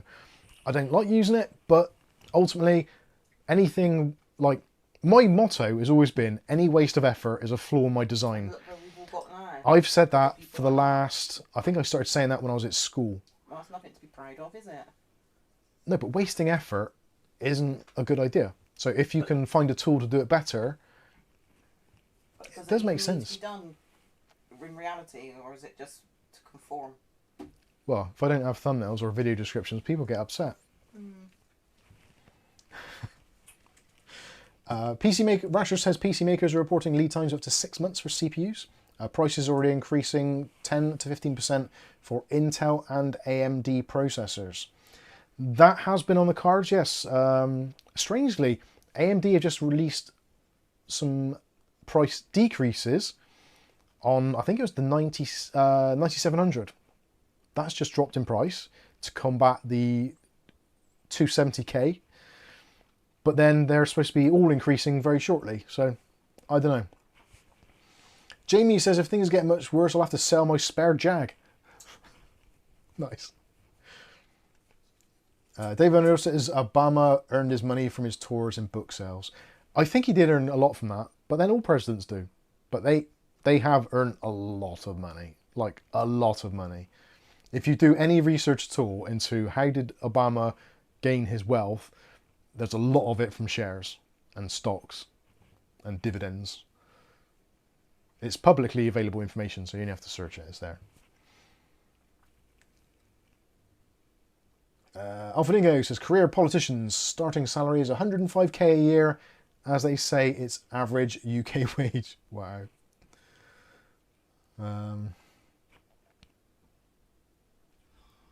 It looks like you're all seeing increases. Hoove says Intel new CPUs super cheap. I'll be honest with you, after reviewing the 270K, which I'm still using, I'm liking it a lot. I'm actually really excited for Nova Lake. Nova Lake is essentially going to be the X3D version of Arrow Lake. It's a different motherboard, different pins, but essentially built on a new architecture. So it won't have 3D V-cache as such because it's kind of, it's an AMD thing. But there is a similar sort of workaround that they're going to be employing to catch up or potentially overtake. I would love for Intel to overtake AMD and have the fastest processors again. And they're looking like they could be very close. Now, I know that a lot of you are going to be like, whoa, not interested, AMD all the way, AMD till I die. The thing is, it's competition, however you look at it. And also, there has been suggestion that Intel are seriously looking at longevity of platforms. So rather than being like the usual tick-tock, so you get tick is the first iteration, tock is the refresh, and then it's a new platform. Those days, from what they're saying, could be coming to an end. And I think if Intel managed to pull that off, where they have a platform which lasts, I don't know, 3, 4 generations, even 5 generations, how amazing would that be for basically mainstream users? I think that would be amazing. I really do look forward to that. AMD have done an amazing job as well. Hats off to them. AM4 has just been the longest lasting platform ever. It's still going strong. There's still a really good market for AM4, and especially now with DDR4 making somewhat of a resurgence, it's turning out to be like the perfect storm for AM4 users. Really, really is. I haven't got to the point where I've done an AM4 system. I'm waiting for there to be a motherboard that comes out from whoever company it is that has DDR5 and DDR4 RAM slots on it. Because I've got some RAM waiting, which is DDR4. It's a 32 gig kit. It's really, really fast. And I think it would be fantastic to do that as a build. But we'll see how that goes. Shrek says, AMD has been selling us the same shit for the past 3.5 years. Intel being asleep at the wheel, not helping consumers, except for maybe saving money by holding off on upgraders. Yes, AMD, I feel personally, you may disagree with this, you may agree, I don't know. That's entirely up to you. That's what the comment section is for. That's why this is live. Very often, AMD, because their shareholders are basically the same companies anyway, if AMD are onto a good thing, why push past that? Like, in a marathon, if you're running a marathon, if you're in first place, and you're comfortably in first place, you don't push yourself because you need to get to the end of the marathon. You hold some back. The person who's in second or third place, they need to be going flat out to try and catch up with you. But if you're in the lead and there's a comfortable margin, you've got no reason to push yourself further. Nvidia have been doing it for absolute decades now, it seems like. And AMD are now starting to kind of understand that fact by releasing generationally similar products. Whereas previously, when they did jump a generation, like Ryzen 1000, yeah, good, much better than AM3, AM3 Plus, Bulldozer, Pile Driver, etc. Ryzen was a great step in the right direction. The 2000 series, again, a decent jump. It wasn't until the 3000 series we saw some really impressive gains. Then they became properly competitive with Intel. But since then, like the 5000 series was kind of like more of the same. And then obviously moving to AM5, when it first came out, it was kind of depending what RAM you had, whether or not you'd see massive gains or not. Some processors were very close in performance, some memory intensive tasks actually were still quicker on AM4. So it wasn't a massive jump. And then now we've got the went from the 7000 series to the 9000 series where it was more of a refresh, like a tick to a tock. So we got better efficiency and marginally better clock speeds. So it wasn't a massive jump. So yeah, Shrek OC is absolutely 100% correct in that statement. They have rested on their laurels and they're getting away with it because Intel have dropped the ball and have not been there to compete.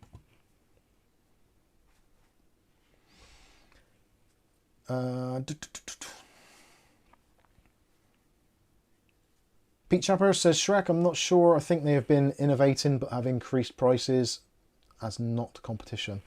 I don't know. It depends how you look at the innovation. Yes, we've had faster PCI Express buses. Chipsets have improved a little bit, I guess, to some extent. Faster M.2s, faster PCI Express slots. All of that needs to be worked on. It's not a simple thing to implement. So yeah, definitely they have done something there, but it doesn't feel like we've been getting those massive generational leaps where processors have been sort of 20, 30% faster generationally, which is what we kind of need to see, or should be seeing really.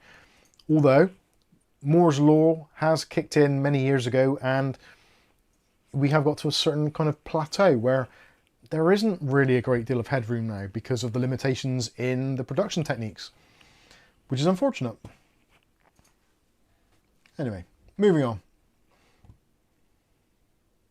Without competition, you stand still. This is true. Yeah, if you've got no competition, you literally, like, why bother pushing yourself? There's no point. If you lead, like Nvidia, have done it so well.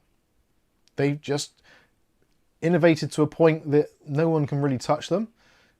And like when you're at that point, why would you bring out something which is like ridiculously better when you don't have to? Business-wise, it makes no sense at all. The engineers are probably all really furious because they've got so many good ideas and so much stuff in the pipeline that they can't even talk about or release. And they're like, just, oh, yeah, let's do this little refresh.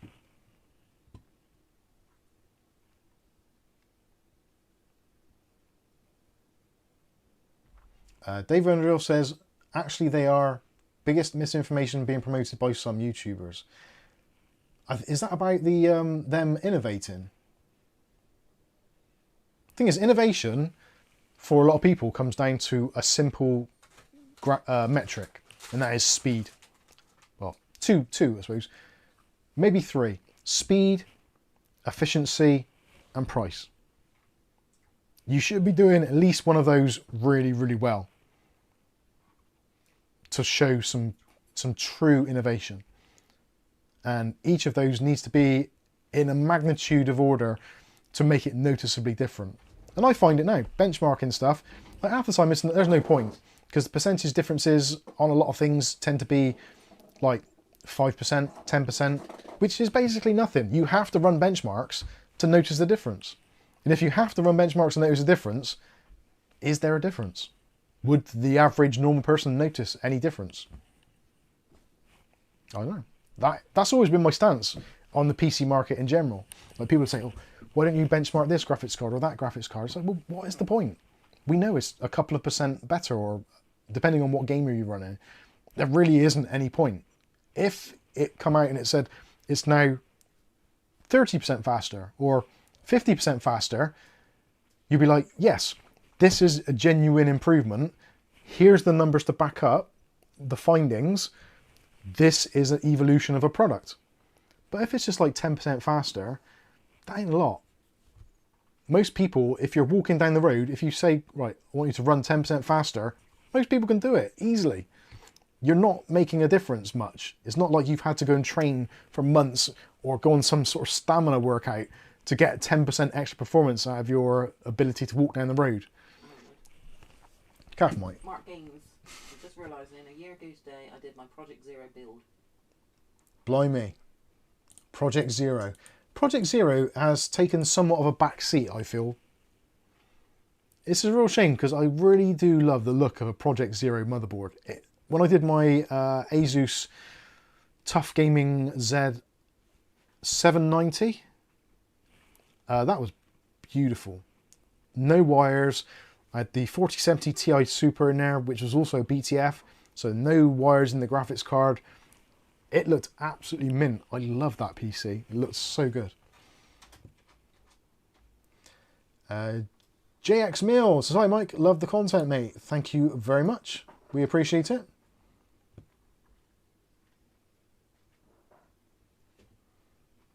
Oh, David says, Mike, quote from Shrek OC, don't forget X870 and B850 aren't new chipsets. Yeah, I can kind of understand where that's coming from. In theory, the performance and the kind of the way they work is very similar. Again, it's not a massive evolution in the product.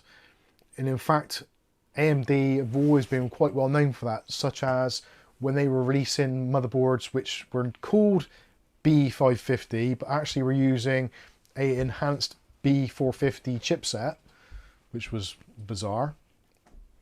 But yeah, I see where you're coming from with that. I can see both sides.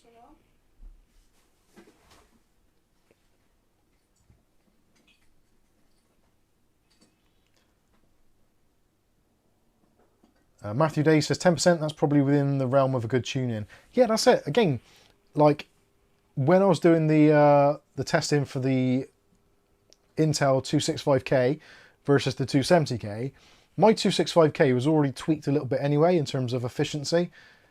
So again, it was kind of like the results in some places were the same. In some areas, it was much better. So it kind of does also make you think, like, if I can get pretty similar performance just by a little bit of an OC or a little bit of tuning, like, why bother buying new? And that's what I mean about these generational leaps. We need to see 20, 30, 40, 50% at least to make it like, yes, this is an evolution of the product rather than just an overclocked version of a previous one. Matthew Day, B550 Gen 3, yeah. Ooh. I imagine MSI sold an absolute metric shit ton of those boards. The B550 Gen 3. Oof.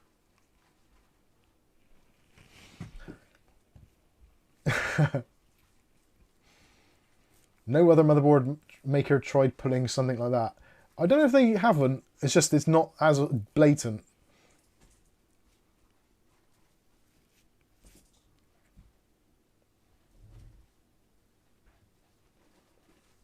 Rob says, I'm afraid TurboQuant won't help in the long run, but if investors stop putting extreme amounts of money into AI startups, it could help. But that's an interesting point. Would you like to elaborate? Why will TurboQuant not help? Or not in the long run anyway. I'm interested to see a bit more exploration of that. Not that I'm trying to disprove you or anything. I would love to see more kind of theories or ideas about it.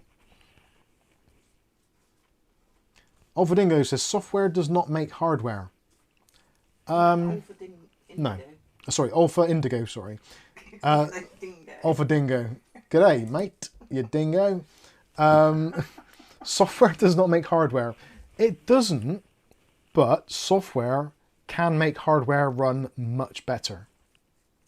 Optimized software can work wonders. And you only have to look at some like recent examples of games which have come out and they've been absolutely shit coded when they've come out, and then they've been fixed as time has gone on and they've become much, much better titles. And yeah, again, going back to Apple, with their optimizations in software that make it so that you can literally run a laptop in 2026 and beyond, probably, video edit in 4K on an 8 gig laptop.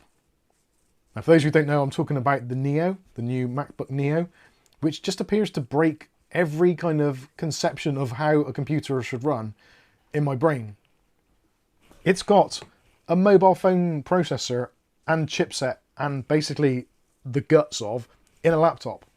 but yet you can edit 4K video on their software. So that, I think, proves the point. Software can make hardware do incredible things. Alphadingo says it's ARM-based. It doesn't matter what it's based on, it's still achieving absolutely incredible things which other companies aren't managing to do. Yes, Kath? Computer geek. Computer geek. Hooves, actually above that one, Hoof says, I'm skeptical about software claims. Hey, you should always be skeptical about everything. Anything anyone tells you, unless you either trust them implicitly or you've tried it yourself, pinch of salt territory. Computer Geek says, question, a good DDR4 ROG Strix board after X570, any suggestions? Ooh. To be honest with you, I never got into X570 at all. I always went for B550 boards for some strange reason. I think it's just pricing, really. And at that point in time, I didn't really have any necessity for the extra things which X570 brought to the table, such as more bandwidth, more PCI Express lanes, sometimes more M.2 slots. For me back then, I was really happy with B550. There was normally a massive price difference between them, and in terms of normally general performance, if you took like for like say for instance the MSI B550 Gaming Plus versus the X570 Gaming Plus, the B550 actually generally turned out to be better performant because the early iterations of the X570 chipset weren't particularly good, especially on MSI's point. They had rather weak VRMs, which caused some thermal throttling situations. So yeah, I think the B550 came out, and in more times than not was actually the better version. The secondary version of X570, which came out a little bit later on, I'm not sure what they called that. Did they call it the S version? X570S or something? Which was like a revised version that didn't need a cooler on the chipset and stuff like that. That actually did have tangible improvements because they worked on the whole platform. But realistically, depending on what it is you want to do and why you're doing it, I would go for a B550, personally. Let us all know in the comments what you think.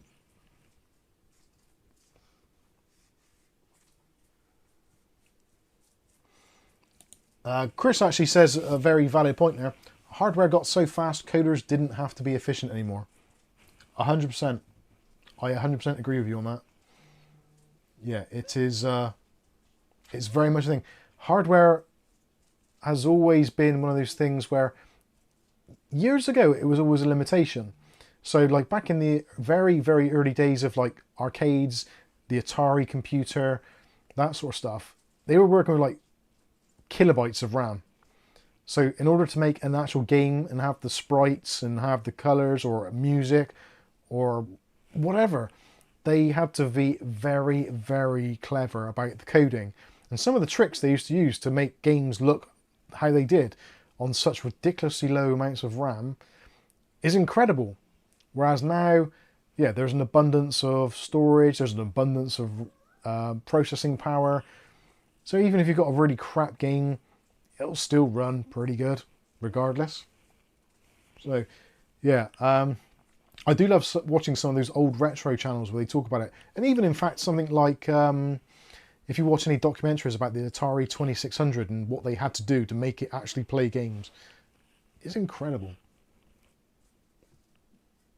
Whereas, yeah, it's weird how we've gone completely one way to the other.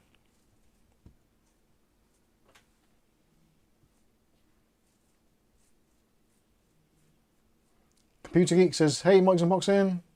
How you doing? I already answered your question. Yeah, Shrek, Dave Aitken, and a few others all saying the same thing. John David Sutherland said, I did the X570 Tomahawk. That was one of the better boards, wasn't it? It was the X570 Gaming Plus, which was an absolute lemon. And the X570-A from MSI, that was a lemon as well. I think I had both. And they were, yeah, not great. I think one of them was dead on arrival, actually.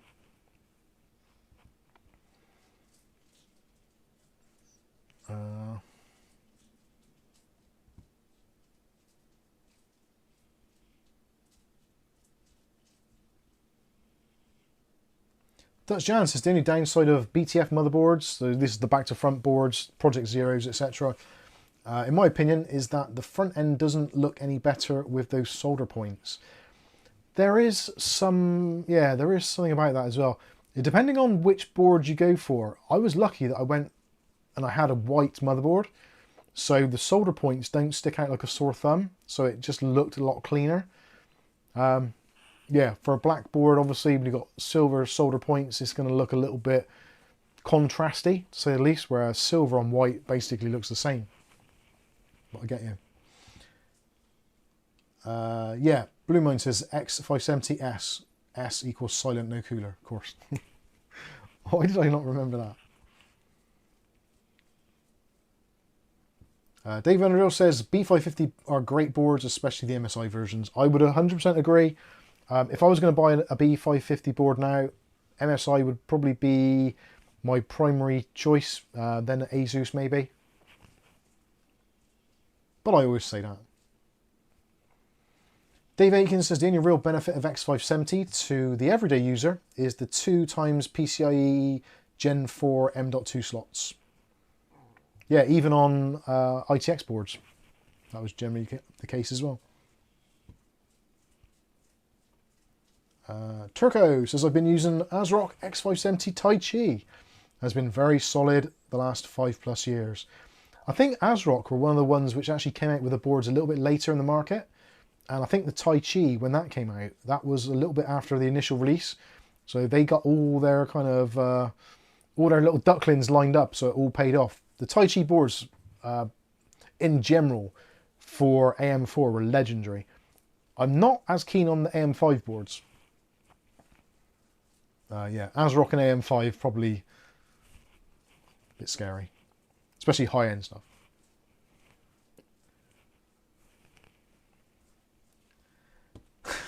Waiting for someone to land on the moon based on vibe coding. Didn't somebody do that recently? Didn't I see that in the news the other day? Vibe coder lands on moon. I'm sure I saw that.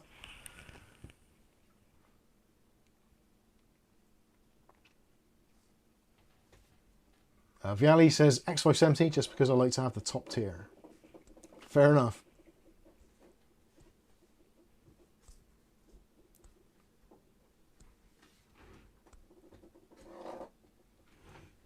Chris Hartford says my brother's software engineer hasn't written code for a year.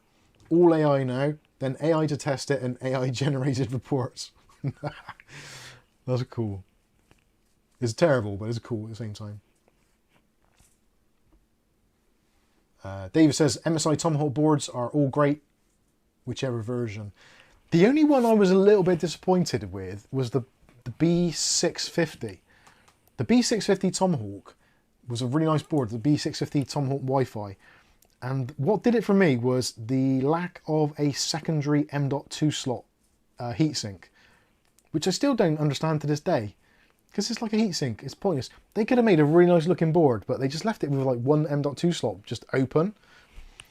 And I never quite understood why that was a thing, because surely those slot covers don't cost a great deal. And it was a premium price board at the time. But anyway.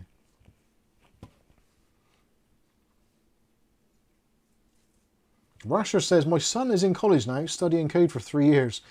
Has he wasted his time over AI? Now that is genuinely an interesting question. And I often think the same of people that do lots of jobs these days. Like there are people that are going to college to be a barrister, for instance, in the legal profession. And I think anything which involves a lot of data being passed about or passed through, those are the kind of jobs which are somewhat more at risk. Now, I don't think it's going to get to the point where you're going to have AI lawyers, but certainly if you're like a paralegal or a legal assistant, I think your job's either going to change dramatically or you're going to be basically writing AI code to help you complete your job. When it comes to AI coding itself, there's definitely still a need for experienced and quality or visionary coders to see things which, like anything, like a painter, you can get a computer to create an image based on a set of prompts, but an artist can do a much better image because there's lots of other things involved, their own personal flair, their style, etc., their brushstrokes, the way they use things on a canvas, the layout, all that kind of stuff, the human element. So yeah, I don't know. Personally, Dutch Jan, which kind of goes into this. I would say it's a less lucrative field than it was, especially if you're starting out, unless you're in or know of a niche where the AI elements aren't able to compete. And also, isn't like any computer-based jobs hard to get into unless you've got experience? Yeah, anything computerized these days is hard to get into regardless. And I don't think AI is going to make it much easier. Without experience, and you can't get experience. So. But I wouldn't say it's wasted. It's always great to have the knowledge. Dutch Jan. And it would always augment his knowledge with AI to bring him up to speed. Was it, sorry, Dutch Jan? Dutch Jan, question, which professions will be really 100% replaced by AI? Supermarkets would have. They've been pushing for their redundancy for years. Well, already warehousing jobs are being reduced somewhat in some places. It depends on the complexity of the job and how well AI is now able to integrate with robotics for like physical jobs. In terms of like teachers, to be honest with you, if AI gets better, teachers are going to be probably the first thing out. As much as they may have a passion for their subject, one AI teacher covers the whole country. One AI teacher can cover teacher. every classroom, whereas they could have to employ like 20,000 teachers to teach that syllabus across a country or state or whatever. So yeah, I think the teaching industry is probably the one which is going to be the first to be affected. Like, if you think about it like a really draconian way, you can imagine schools of the future basically having an AI bot teacher at the front, some sort of security bot on the door. They won't have schools. Yeah, maybe schools will stop to exist. They will be, everyone will be learning from home. So then you'll have no caretakers in schools. You'll have no people building schools. I don't know. Council tax will go down because you won't have to pay for school. It's difficult. I think there are a lot of jobs which can be augmented or improved with AI, but I don't know. We're still very much in the infancy of AI because it's still not really AI. It's just having a massive database of potential outcomes or information and being able to sift through it much quicker than a human. It's not an artificial intelligence as yet. It's software pretending to be an AI. And there's definitely a difference there. Schools never taught what I need to do at work anyway. This is true. They just teach you to comply. Yeah. And respect authority.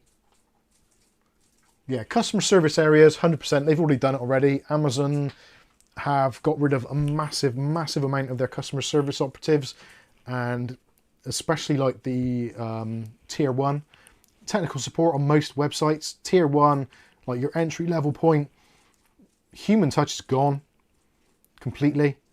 Almost every site I've visited in the last year, anything at all, even things like Virgin Media for your broadband or the government, pretty much everything, the first tier of support is going to be AI based. And then it's like, please can I speak to a human? Bialy, Mike, have you watched Mercy on Amazon Prime? Yes, I have watched Mercy. I actually enjoyed it. Yes, I enjoyed it. I know it's supposedly a big flop, but actually I would strongly suggest if you are interested in technology or the future, watch Mercy and give it a bit of time.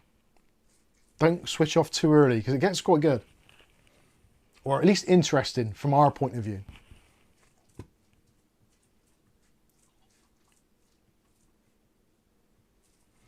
Skystalker says, AI teachers, sure not. When is the last time that you learned something from a PowerPoint presentation without a human presenter? All the time. Every day.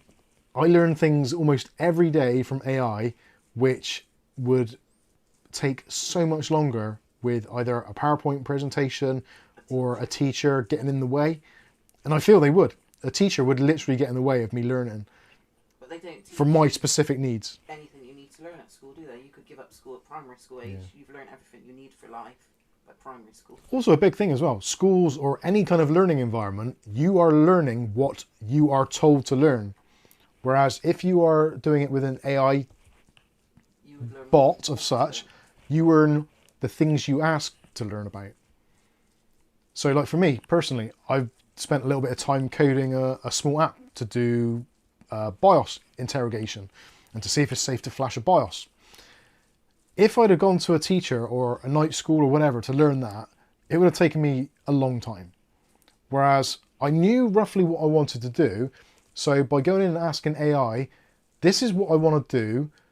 How can I write the code, or can you help me create the code to enable this to become a reality?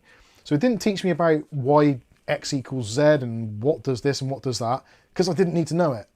It just gave me the tools to actually learn to give a finished output.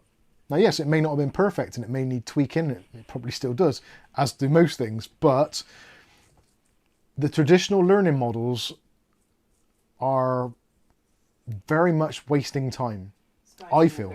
Then you have had poor teachers, Mike. The teacher should challenge, create interest, create an environment.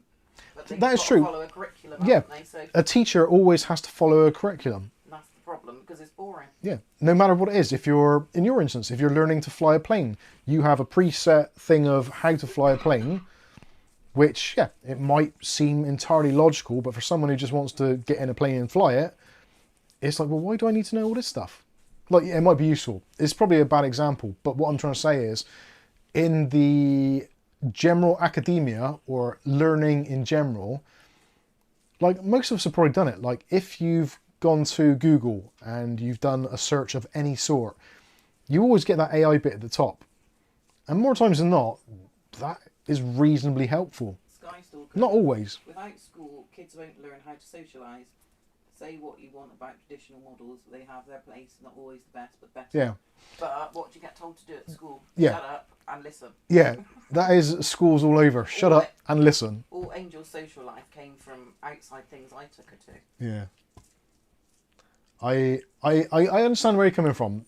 Socialising for children and adults is very important. Right. But the thing is, ultimately, the government don't want us socialising, because when people socialise, they discuss things and they discuss their problems and That's what things that are going wrong. Stuff of shutting. And that is, the government don't want us to do that. The government want us to be good little workers, do our job, pay the taxes, shut the hell up, and just repeat and rinse until we die. That's what they want us to do. And in debt. We are a cash cow. If you start socialising and questioning what's going on in the world, that's when they lose the control, because enough people say, like, actually, why is that? Or why is this happening? Enough people do it, and eventually they're like, it gains momentum, and the questions get asked. Mark Barry. No one seems to be able to do mental arithmetic these days. That is true. Spot and he can't do it. I love going to the shops with Waiting for an assistant. with my emergency £20 note, pull out my pocket, verify the thing is working properly, and I go to the shop and say, for instance, something is...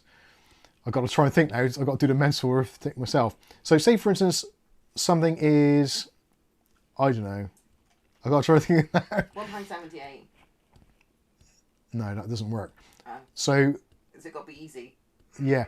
Say, for instance, I've got a £20 note, and they say, right, that comes to £22.50. No. I don't get what you're doing. Well, basically, what it comes to is, like, you give them more money. So, say, for instance, it comes to, I don't know, £19 something or other, and you give them a larger denomination of note, so that rather than getting, like, a load of shrapnel change, you get a note back. Oh, I get you. So if it was like £19, you give them £24 to Yeah. get a £5. Yeah, so yeah, good example. Thank you. So a pair of jeans, second hand of course from the charity shop, £19 for a pair of jeans. Nobody pays that for second hand. So I give them more money. I give them £24 in change, so I can get a £5 note back. So I've got rid of some of those pound coins in my pocket. 5p. And the 5p as well, hopefully. Yeah.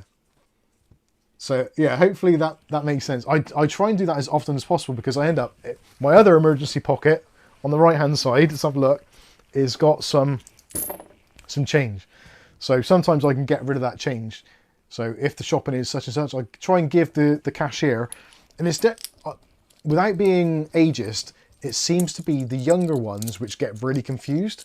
And I have to say to some of them, say, look, they're like, it's only £20 or whatever it is. So yeah, but if I give you that, you can then give me back a £5 or you can give me back a £10 rather than a load of change. They're like, oh yeah. See, what I like doing is the older ones get it because they've done it. While you're waiting for a cashier to come along, because they're helping people on the self-service tills, unpaid. So while you're waiting for them to come along, you add up what you've got and how much it's worth and have your money exactly to the penny to hand over to them. Yeah. And then they look all baffled because you know how much it actually is before. There we go. Mark Berry's come up with some genius there. Thank you, Mark Berry. Yeah, £19 and a penny for something and give them £20 and a penny to get a pound back. Yes, Mark. That is what I'm talking about. But without coins, you said. Well, it doesn't, yeah. So, whatever the that situation works is, as well. that works. So yeah, rather than having That's like why I said 24. 99 pence in coins, you've got a single pound coin, which is friggin' awesome, especially if your jeans are a little bit loose. I don't have that problem because I'm a fat bastard. But for those of you that are on the slimmer side, then maybe extra change in your pocket may encourage your Levi's to sag a little bit. Get man. Huh? Get man. Get man. My emergency pocket has condoms in it. My lucky one is 13 years old now. Calf like that one. Everybody. Well done, Git man. Oh.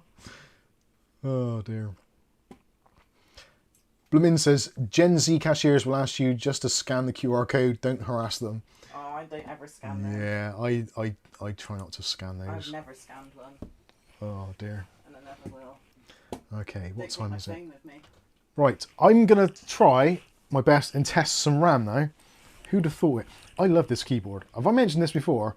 I don't use this keyboard very often because it's normally packed away, but this is the Keychron K3 Pro, which appears to have gone to sleep. There we go. The K3 Pro. Oh, I've just changed the output, haven't I, on the screen? Or have I? No, I haven't. We good? We're good. Yeah, the K3 Pro with wireless and Bluetooth, and I'm currently using this as Bluetooth and the M3 mouse, both on Bluetooth to the PC. It's great, and also it's a little bit smaller, but it's got low profile keys, which I really like, but I wish they were shine through. They do a shine through version. I am going to try and get some keycaps. I don't know what it is. This room, the lighting's really weird, and especially over our desks, they're a bit shaded. So if you haven't got a shine through keyboard, you're basically, yeah, it's not great. Mine's alright. You use it. You should know where the keys are by now, really. I know. I should, really. Muscle memory. The thing is, because I use so many different keyboards, I never get the right muscle memory because their layouts are all different. Especially when you go from like 100% down to 96%, down to 75%, down to 10 keyless, down to 60% or 65%. It's like, the keys are all in different places. Typing's fine, but it's the function keys and stuff around, which I use a lot. Shift key, Windows key, space bar, enter key, delete, obviously, because I'm a shit typist. Yeah, all that sort of stuff. You get it. Anyway, let's see if my RAM actually works that I bought. It probably won't. A good wired mouse? Show one. That's what it says. Who wants to see a good wired mouse? Well, the one I use on my desk at the moment is very good. In fact, when it comes to... I can't say that's ever occurred to me about not being able to see the keyboard things apart from if the light's not on and no one's turned it on. I can't unplug it, but I use the wired version of this on a daily basis. The Asus ROG Strix Impact 3, which for a wireless mouse is awesome. For a wired mouse is great. The wireless version gets my tits a bit because batteries and what have you. I hate batteries. Like, why batteries? I hate them. Absolutely hate batteries. Right then, so this is my very simple test platform, which some of you may have seen previously. And I'm going to find a motherboard. Oh, Peter Johnson. Yes, Peter Johnson. It's not a question, it's just a statement. Peter Johnson here, first time came for the tech, liking the social commentary. I knew I'd like you. Bless your heart, Peter Johnson. You get so many bad comments, it's always nice for them to see the good ones. Yeah. The bad comments do come through. We try to filter them out, but it's nice to see the good ones because it does help to make the day. I don't feel myself... It's weird because, like, our channel is quite big, especially for, like, UK. I think we're in the top 10 of UK content or tech YouTubers, I think it was, in a recent poll that we posted, actually. We were pretty high up, which is weird because it doesn't... It was a list of the top 50, and I think we were like 7th or 8th or something. Very strange. Don't know where they got their aggregates for that. I don't think it was alphabetical or driver, because M is quite low down. Anyway, I digress. But yeah, Go on, Big Mike. go on. It just seems really weird because I don't see myself or even think of myself as being like a YouTuber. I've never really seen myself as that, even though that is obviously what I do. YouTube is what I do. But I've never really seen myself as a YouTuber or like a personality, I suppose you would say. It's a really strange feeling that like quite a lot of people watch you or have watched you and kind of sort of know you, even though they don't really. But actually, what am I doing? I get the wrong board out. You were like, out, what were you doing out in the street? And the neighbour came across Oh, and yeah. started calling you by your name.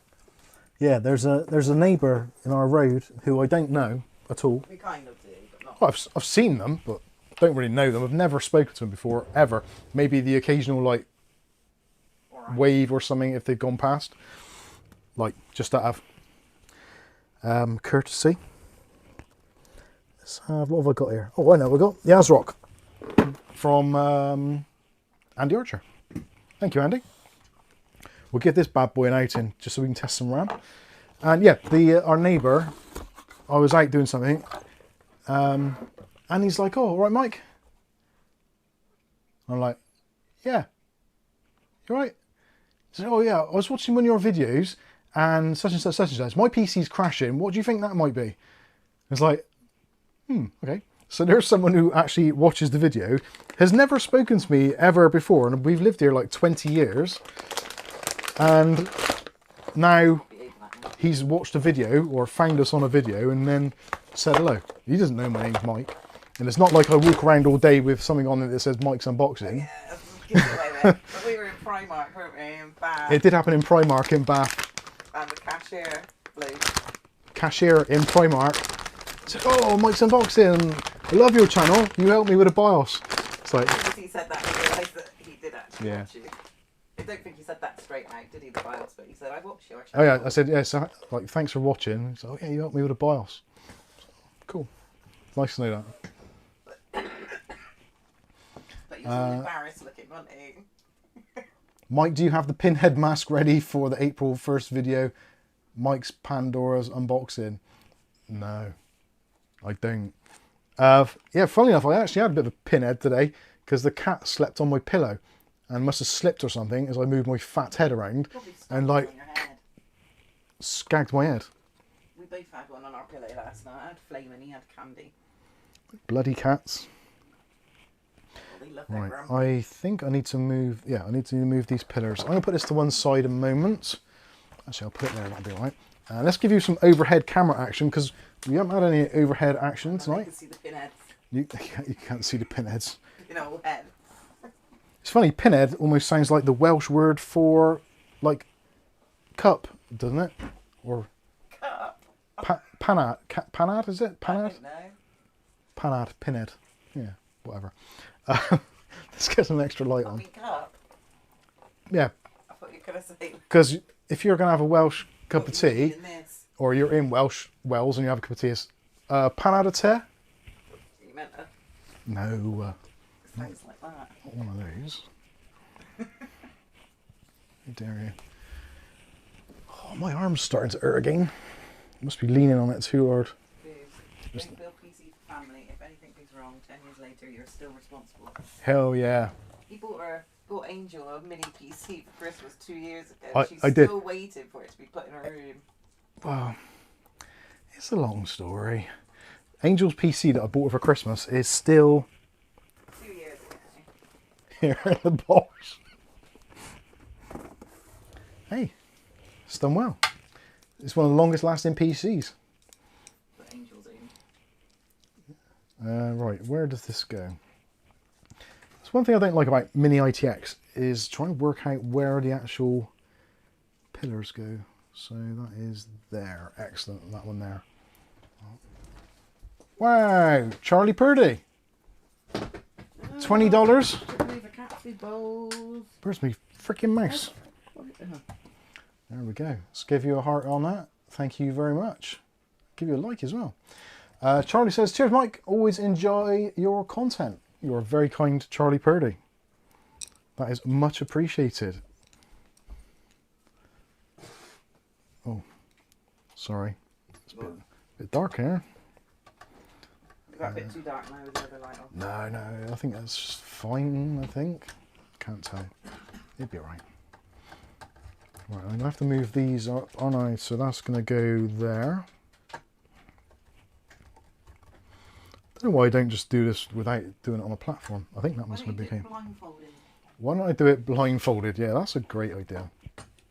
What could possibly go wrong with me doing this blindfolded?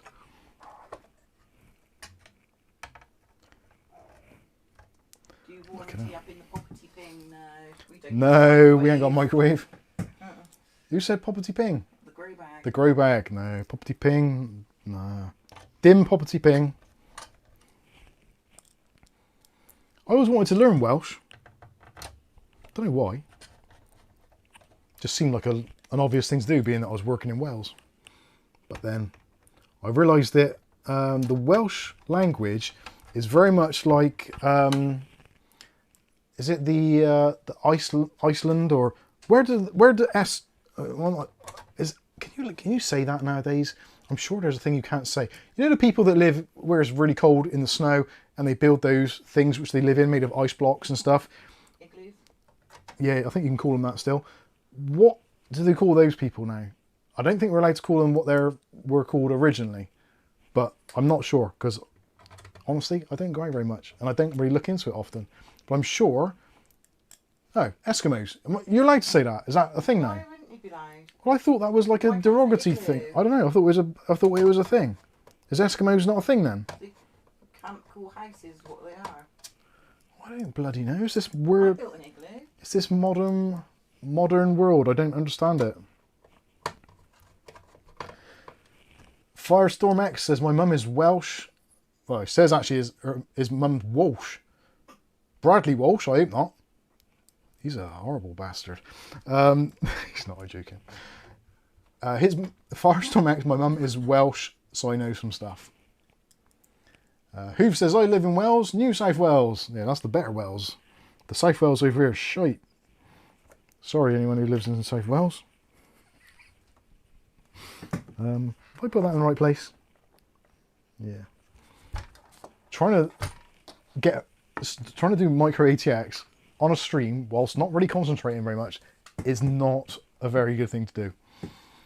Right, let's have some CPU power. This is a cool board actually, and I like the ASRock have taken notice and put the PCI Express slot as high up as possible, therefore giving you enough room for a graphics card. which some manufacturers put it like a slot down. So you're knackered when it comes to actually installing anything. Very strange. Inuit, yeah. Is that... I don't know, that's why I was getting confused. I didn't know if you weren't allowed to call Inuits Eskimos or vice versa. I don't bloody know. Right, so we've got this RAM. So this is crucial, DDR5 Pro. Again, this was pointed out by Matthew Day. I think it was, if he's still there, maybe you can confirm that this was what you pointed me towards in last week's stream. Oh, I put that round the wrong way. Serial numbers out, isn't it, on these? Piece of paper, is that allowed to be seen there? What, that bit? This piece of paper here. Yeah, that bit. I don't know, I can't see because it's miles behind me. Yeah, no, it's just I was making some notes for that video I did earlier. Is that in? That's what she said. Right, that is fine. At a recent job interview, I was asked if I could perform under pressure. I said no, but I can do it pretty good by being in rhapsody. Ding, ding, ding, ding, ding, ding. Good one. That's the wrong tune, isn't it? That's under pressure. Oh yeah, yeah. Right, so for today, Bohemian Rhapsody. we'll be using a Ryzen 7 7700, the CPU of our wildest dreams. What a That's the same tune as Ice Ice Baby. ding, ding, ding, ding, ding, ding. Yeah, they sampled it, didn't they? I didn't know that for you. All right, stop, collaborate and listen. Ice is back with a brand new invention. That's enough of that. Don't want to get a copyright strike for being far too accurate. Oh dear, my shoulder hurts. It's the weight of my talent, I think. Oh dear Lord. Don't forget, the clocks go back tonight, if you're in the good old Blighty. What did Mark Gaines ask? Goat CPU, you got that right, Sky. Sky's even named himself after the processor. Mike, my PC randomly crashes. Error message system service exception 0 times 38. DKG KML sys. What does it mean? Forward, Mike. Sorry, yeah, got it. Where was that to? 1026. 1026. Sorry, Mark. I will have a look now. Should I just type it? Should I just copy and paste it? Or? That's right. No, Mark Gaines. Mike, my PC random crash error message system service exception 0x38. DKG kernel. I'm not entirely sure what that is. DKG. Doesn't ring any immediate alarm bells. I would normally put that into a Google search and see what it comes. DKG. What is DKG? They go forward, like. Did you say backwards again? Yeah. You just think of yourself letting bed on your back. Like, Yeah, that's true. I He calls that every time he's back. I always get it wrong. Right, the clocks are changing. So basically you've got to get up early.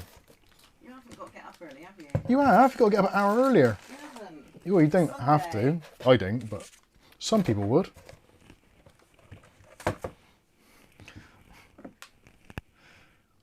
Right, let's go back to the main camera. Because you don't need to see this. Well, you do.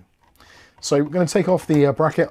I would just leave the cooler on there, just resting on there, but with me being me, and also with cats, etc., if for some reason it was not, I don't want to burn out a CPU, especially if potentially they're going to start getting super expensive. I'm not really keen on that. And this CPU was actually purchased from a member of our Discord, Togue, or Toge, or Togue, whatever. Like Rogue, but with a T. It's not Rogue, because Rogue's got a U in it. That's what he told me. Oh. Nice one. Nice one, Mac. Right. Oh, God. Why do they make these pinouts so... Don't need to use that. I can use my magical thing from Andy Archer, who sent me this also. So, And the Thor were testing. which way around? He sent, didn't he? He sent the bloody lot. I still can't see it very well. I must go there. Yay! Look at that. Power button and stuff. Bloody marvellous. I do use this quite often, actually. because I can't see those pins anymore. My eyesight isn't great. Well, it is. It's fucking A. But it's dark. Dark things. Especially when you've got a black motherboard with like grey writing on it. And it's like microscopic. And especially if my eyes are microscopic or whatever the word is. It's just not easy. You know what I'm coming from, don't you? You lot out there, you viewers, you know what I'm talking about. When your eyesight can't see those tiny little things. Have you done the mark thing with this thing or not?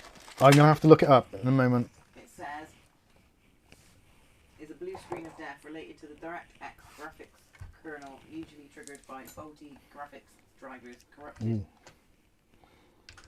system Yeah, files. DG, that's... Okay, so if it's a DirectX error, possibly, well, there's many things it can be. First thing I'd be looking at is, does it do it in every game? Or does it only do it in a specific game? If you can get the fault to replicate in multiple ways, then it's likely you're going to have to look in elsewhere. The event logs might push you in the right direction. I would always do, well, first of all, see if the fault is able to be repeated easily in different applications. If you can only do it in one application, it's the application. Simple as that. More times than not. If you can't get it to do that, then I would do things like run some stress tests on the system. Maybe Cinebench, maybe OCCT, maybe just even CPU-Z. That probably won't help. Unigine Heaven, Unigine... What's the other one? Can't think what the other one's called now. Unigine... Lead Farmers, I think they need a clean install driver with DDE. It could be down to that. It could be a driver thing. Again, if it's only happening in one program... Did he say all games? Or maybe my PC randomly crashes, error message. Yeah. Mark, does it crash randomly? Well, I know you're saying randomly, but is it in like all applications? Is it sometimes like idling on the desktop? Or is it only ever when there's a game running? Or a specific game? If it is, then that's kind of where you want to be looking. But I would also look at firing up hardware monitor, if you've got that, or something similar. Look at your 12 volt, your 3.3 volt and your 5 volt rails, because even though you're getting a software error, it could be down to power. It could be as simple as reseating RAMs. Yeah, even just reseating RAM, reseating the GPU, might even be reseating a power cable. I've actually seen errors similar to that come up with people that are using cable extensions. So if you're using any cable extensions, worth checking those out. Make sure that those are all secure. And if at all possible, try using it without the cable extensions, just to rule those out. Cable extensions are one of the banes of my life. But they're cool because they look great, but they're also a real pain in the ass. And can cause all kinds of problems. Probably why color-coded PSUs became a thing, because otherwise you could just change all the wires. But it's never easy. Let's have a look through. Did Mark get back? Andy says, need to wear your glasses, Mike. So the glasses make it worse. Because if I wear the glasses, my hand-to-eye coordination is completely shot. Because things are in different places. So then not only can I not see things, I can't even put things together. I'm tempted. I'm not, but I am sort of tempted to get that laser eye treatment. Just to get my vision back. Like, or at least have them both the same. What I've got is my left eye is different than my right eye. It's a very common thing for blokes. Normally your left eye will have an astigmatism. It's basically where you're, rather than being round, it will go more sort of rugby ball-like. It's where you've had, you want to see something, or you saw something you didn't want to see and you've got scar tissue. Essentially it comes from scar tissue. Or sometimes it can come from your way of life. So if you have lots of sugar and stuff, sometimes you can get it, so your blood pressure gets raised or shit like that. Anyway, there's all sorts of reasons why it can happen, but more times than not, it's just where it's just scar tissue in the eyeball. So rather than being flexible and gelatine-like, it just hardens up and doesn't focus and stuff. Your eye, so then your lens don't work properly. Yeah. So potentially, yeah, I've seen a couple of things about laser surgery over the years, especially the one in the Final Destination, which put me off eye surgery entirely. You didn't even want to watch the film because you were off it already. Oh man, that is just bad stuff. But I've seen something more recently that they don't have to clamp your eye open, and it's very quick. I don't know whether that's a thing, whether the new high-powered lasers, they can just go like, beep, and that's it, you're done. Thanks, Mr. AI. Off we go. I don't know. I'm interested. Has anybody actually had laser eye surgery? Do they have to still put those clamps on your eye to like wrench your eyeball open and then like clamp it in place? The clamps, not Yeah. the burning of it. Well, a bit of all of that really. But if it's just like you look at it and they say, right, we're going to do it now, don't move your eye, and then they go, clip, and that's it, it's done. I'll be like, that's cool. I could have done that. Alpha Dingo says they use mirrors behind your head now. What?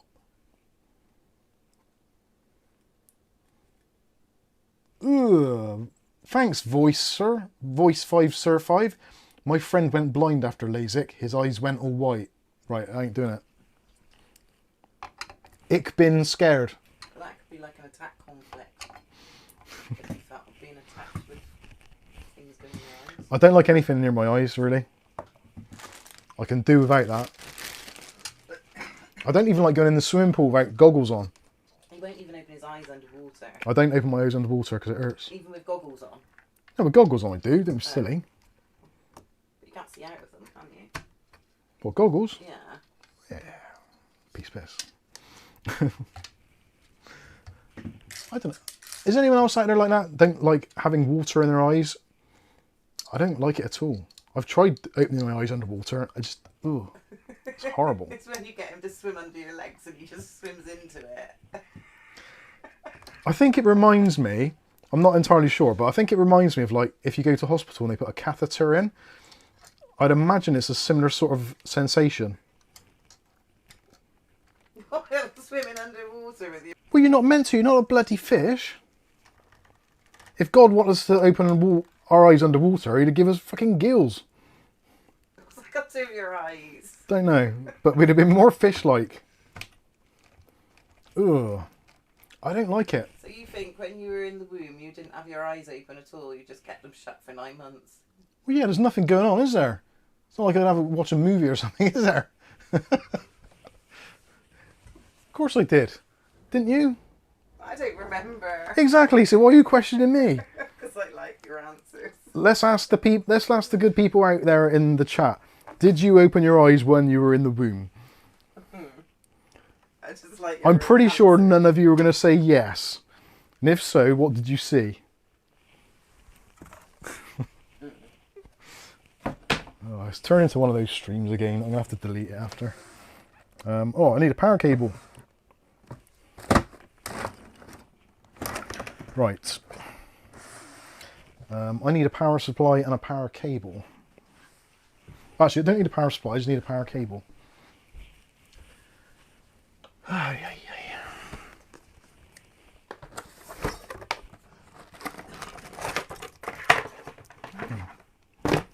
Typical. No power cable in there.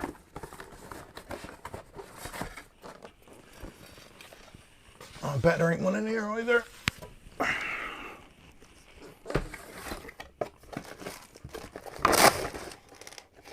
Nope, bastard.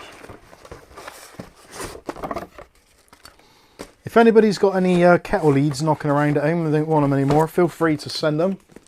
PO Box 125, Mike's Unboxing, Bristol, UK. That isn't real. That isn't real, no. But it probably will find its way here. They're a funny lot right there. Just Google Motor Parts Diamond and Yeah. send it there. Send it to Motor Parts Diamond, yeah, I'll pick it up one day. Hallelujah. I found one eventually.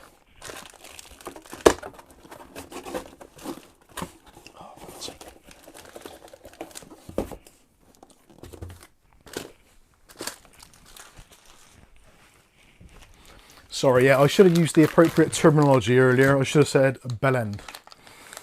That is a much more appropriate use of the language.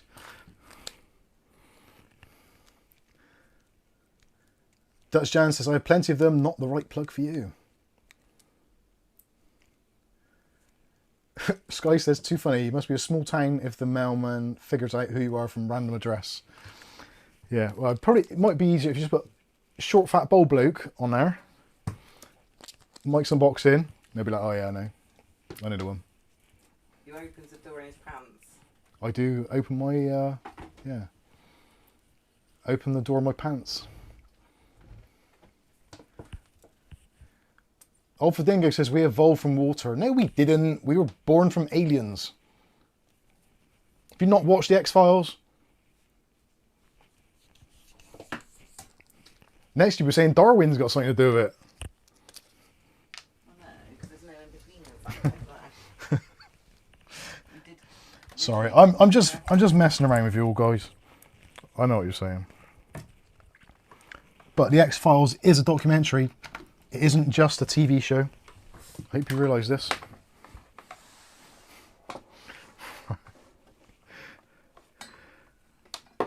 They're bringing out the X-Files again, aren't they? Because they've got to keep repeating everything. Yeah, they've got no fresh ideas, so they're like, well, what should we do? Let's roll out Scully and Mulder again. But it's not. They're using two completely new characters. So it's just basically going to be the X-Files, possibly... Wonder if they reused the music by Mark Snow. Can't believe I just remembered that. Mark Snow did the titles. X-Files, what a great show. Love the X-Files. I watched the whole series. There's 11 series, I think, of X-Files. And I've watched all of them in about 2 weeks. I don't think you did. Can't remember any of them. Well, a couple of them. I was watching that Animal Kingdom for more than 2 weeks and you started before me. Oh, did I? Right, where's my mem test? Windows 10, mem test, there we go. Got a mem test disc, let's get an HDMI. So we can plug this in. Now this could all go really badly wrong. I'm not too sure how this is going to work. I'm going to use the onboard integrated graphics because it doesn't really need to be anything other than that for this particular testing thing. If I plug that into there, we should be absolutely cool. Voice 5, the most extreme sport that gives me loads of adrenaline is updating my BIOS. Yeah, that is an extreme sport, isn't it, at times? I've done it quite a few times as well on videos. It's yeah, it does make you a little bit scared at times. Right, can I see? Sport I do is contradicting my wife, Dutch Jam. Zero Defect says the one with the train is my favourite X-File episodes. I quite like that.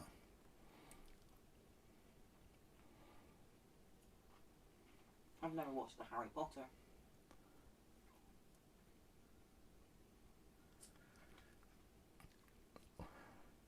Just reading through this. Right, yeah, let's see if this works. Now, if I go to the other input, I think... There's a spin-off from the X-Files with the 3 geeks. There was, I don't know if there was.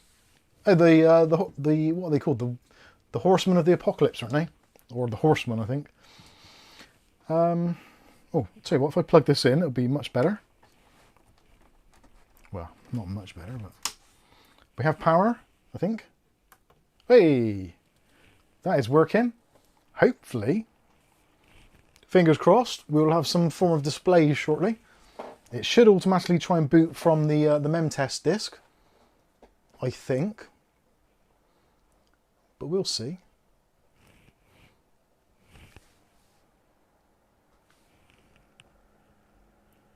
Ooh. Right, it is currently stuck on the red and yellow LEDs, which normally means RAM error or RAM training.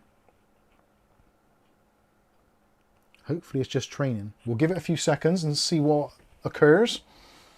As they say in the valleys, what's occurring? That sounded a bit brummy actually, didn't it? Or Mancunian. Oh, that's Liverpool. Yeah. Brookside. RAM failure. Oh, I think it would be a RAM failure. RAM failures suck. Bang! Jesus fuck's sake. My nerves are shot. Don't do it. Expected of me. Hey, here we go. We got so yeah. Work.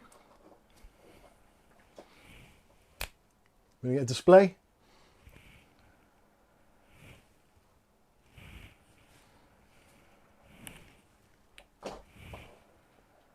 What the actual right? Hey, there we go. It's booting.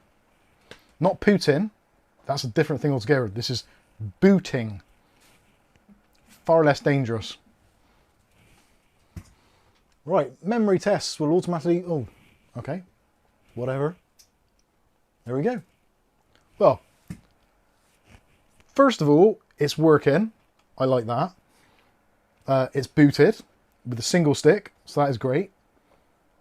And at least we know that channel number 1, or A1, or A2. Channel A2. Yes, because it's A2 and B2, isn't it? The ones you use. Right. That's good.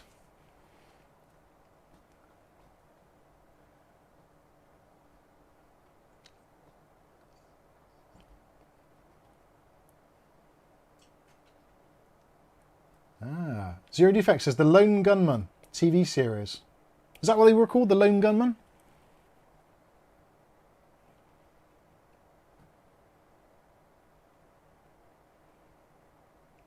Dave Underhill says, DV report. What triggered your attack on your wife? Answer. She kept on saying bang.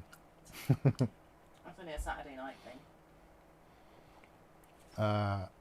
Andy Archer says, Linux mic? It's kind of Linuxy, isn't it? It's actually memtest. Memtex 86, is it? Yeah, memtest 86 version 11.6 free edition. Which I think is probably okay. To be honest with you, I very rarely test RAM. That's a weakness, really. I should do more testing of RAM. But I very rarely do. I don't often have the need for it. Been quite lucky with RAM sticks of recent. So I think this will be, this should be okay. Lead Farmer says no errors in 6 or so minutes, should be okay. Cool. Matthew Day says 5200. I thought it was 6000. It probably is 6000, but it's probably running at its native speed. So well, should I reboot and go into the BIOS and set it as XMP just to make sure? Sarah says CPU's found 16. Can only see one. Mouse Hunter says hi Mike. Thank you on that. Thank you on what?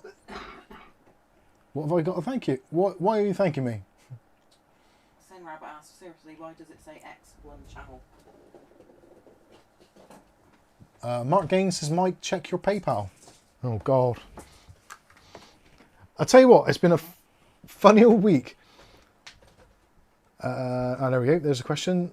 I can't see the full comment, can I? Hang on a minute. I'm going to have to log into PayPal. Why can't you see it on your emails? I know. Because it's the, what's it called, isn't it? I can tell you, hold on. Yeah. Kath will have to tell me. Because it's technically as Kath's PayPal, but, like, we're a couple, a team. There is nothing specific, Mike. It crashes no matter what I'm on. So if there's nothing specific, then I would say, yeah, go back to... thank you again for the super chat. And who doesn't need to pay us, you could just email. Yeah, you don't have to... You could just email or even message me. It's fine. Mike's unboxing. If it crashes regardless, like even if you're on your desktop, idling, if you're gaming, or if it's doing it at any time at all, then it's more than likely going to be software based. So for simplicity's sake, you could run DDU and clean out all of your graphics drivers. We've done a couple of videos on that. Just go to Mike's Unboxing and search for DDU. I've put it into the title of pretty much most of the videos related to that, so I'll show you how to do it.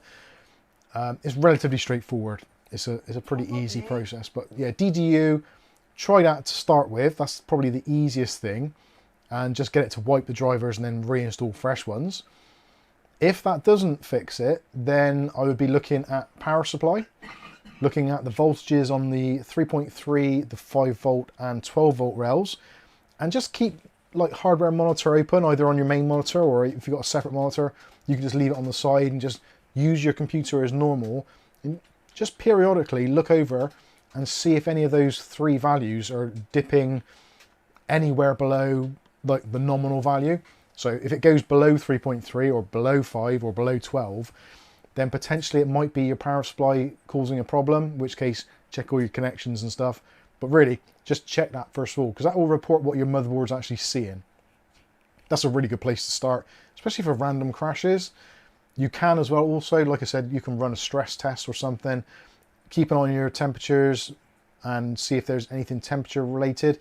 If it's crashing with that error pretty regularly, with just nothing running really, then I would suggest it isn't a temperature issue. It's more than likely drivers or power supply.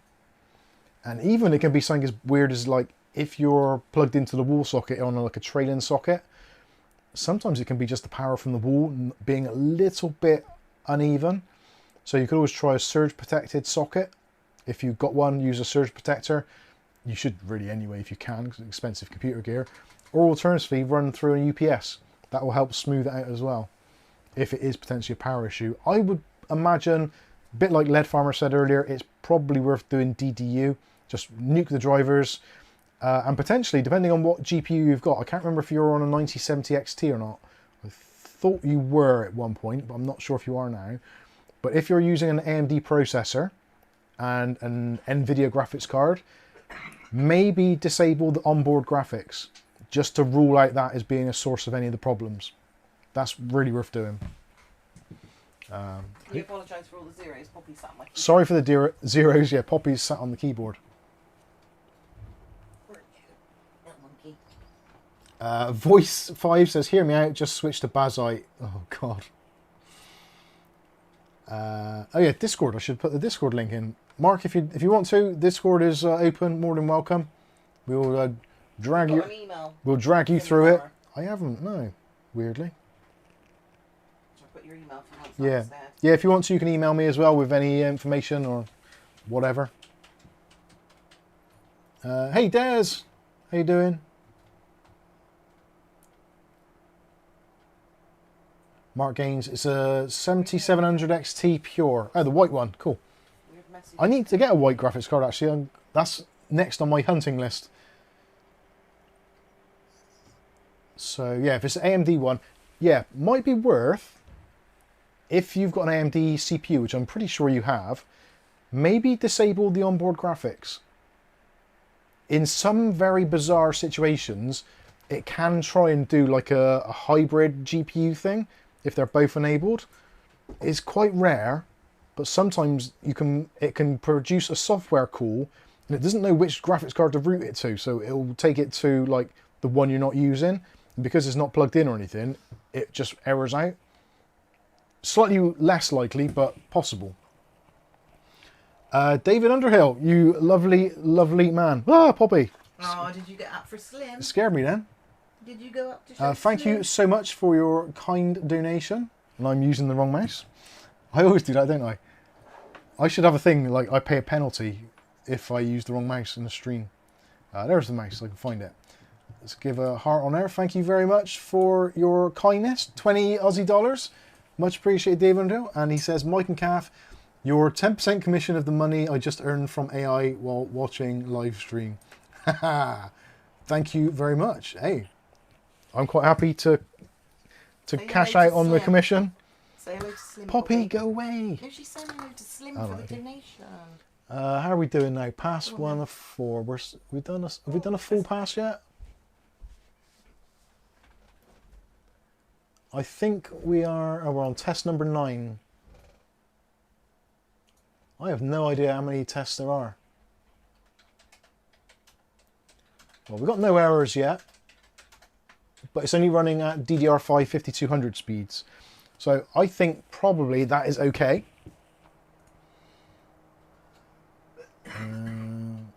Hey, Kaiser.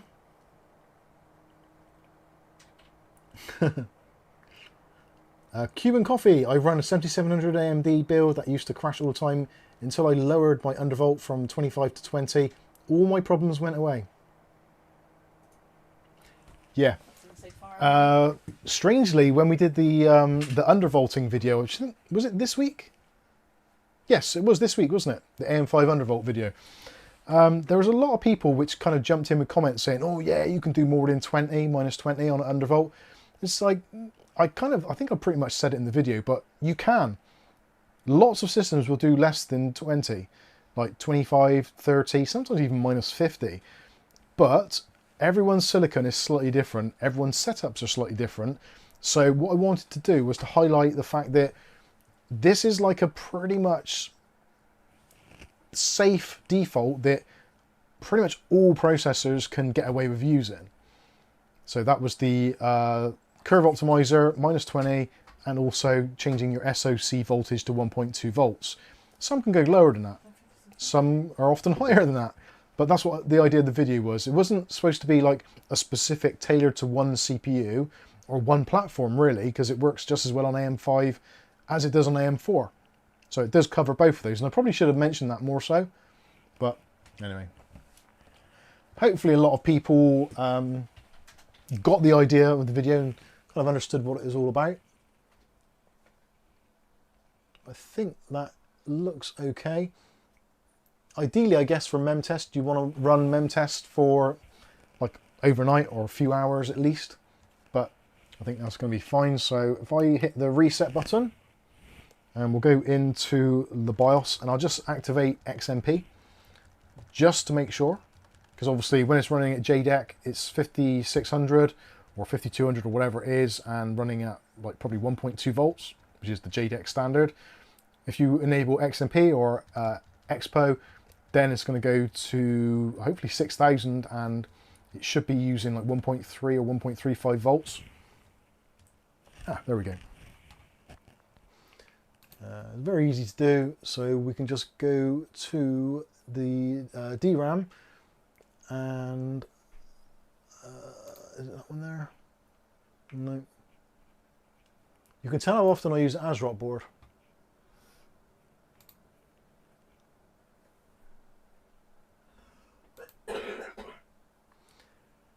So we want Expo 6000. What's the difference between those two? I'll go with the 135.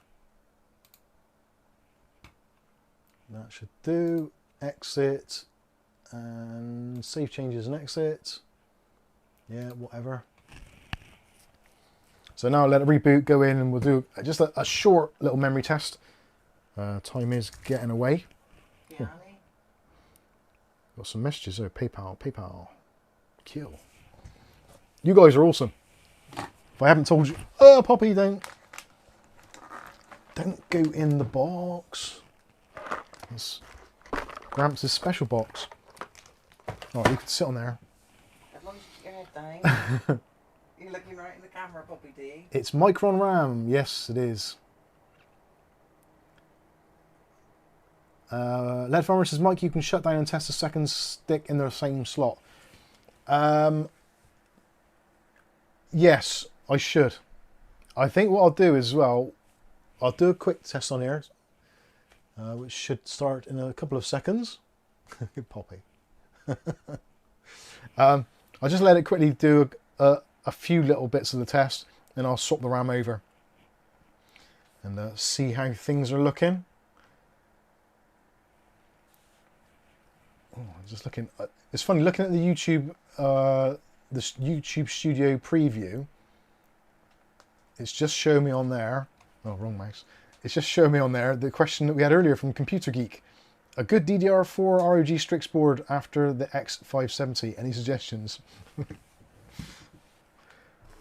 No, we covered that. Where we go? Alpha Indigo. Lots of reports online about not using XMP on DDR5 as it's a lottery. Plus it has no warranty.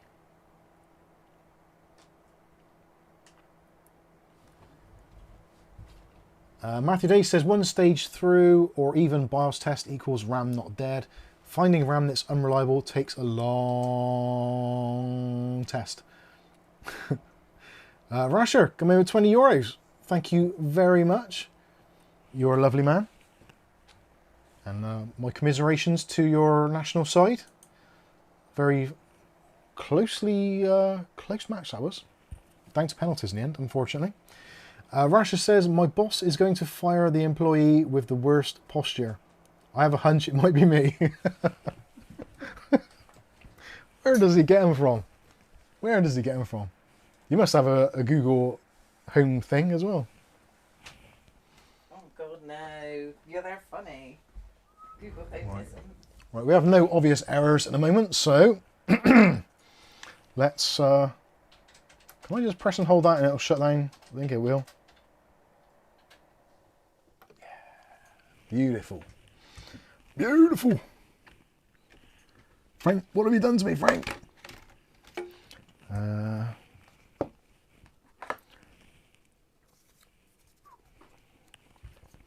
Try the second stick. Hopefully it's going to be L work here.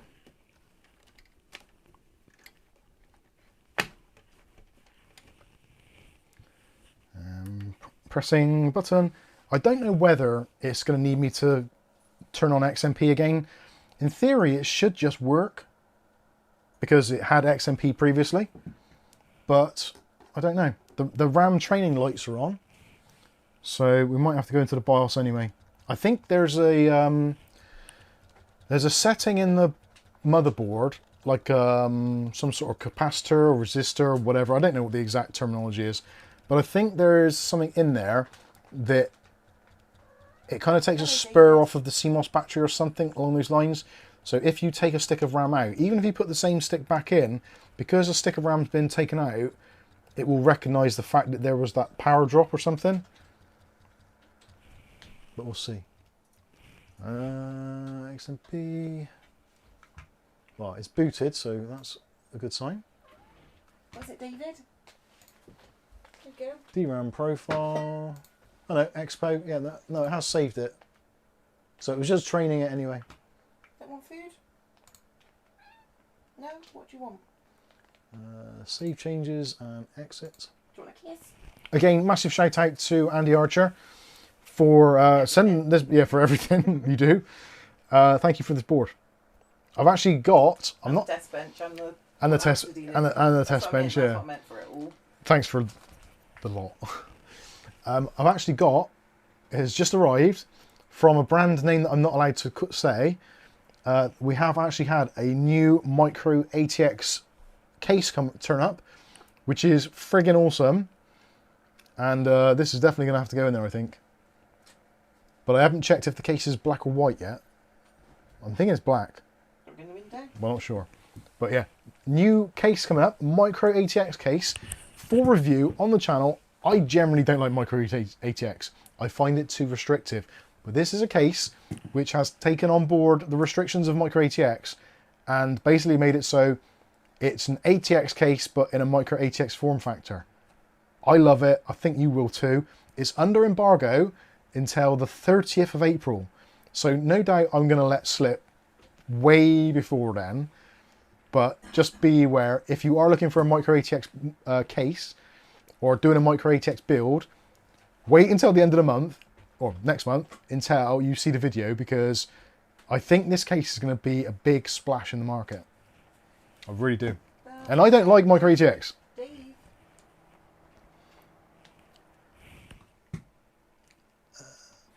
Oh, that's running. Elgato and cat on screen, poetic. Is she in the way? Hey, James Miscellaneous. James also says, ooh, an ASRock board. Dare anyone put the new dual X3D CPU in one of those? Poppy, don't drink my drink. Come on, you know I cooked stuff. Popsy, don't drink that. I gotta drink that. See, she's hissing now. She wants it. She wants some of the chicory goodness. It's got cat bits in it. James says hello to Kath. Barrister to barista. What's the nearest Amazon pickup box for you, Mike? No idea. It will be Co-op down end, I think. Yeah, cooperative stores, Downend. I think. David Hunter says, it sounds Thermaltake. It's not Thermaltake.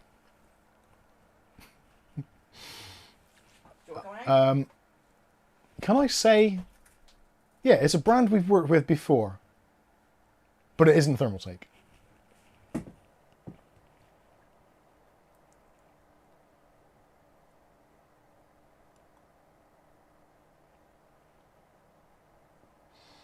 David Underhill says, nothing like that, Mike. It checks the embedded ROM on the actual DIMM each time. Same ROM where XMP Expo profiles are stored. Oh, there we go. Awesome. Montec. No, not Montec. Let's stop. Because you're going to get yourself... Well, I'm not sure. I probably can say the brand. Although, can I? I would just stay quiet. Yeah, I would stay quiet. Mike's no good at secrets. I'm not good at secrets. He gives you a present and tells you exactly what's in it. There's your present. There's a bar of chocolate. Oh, fuck. Done it again.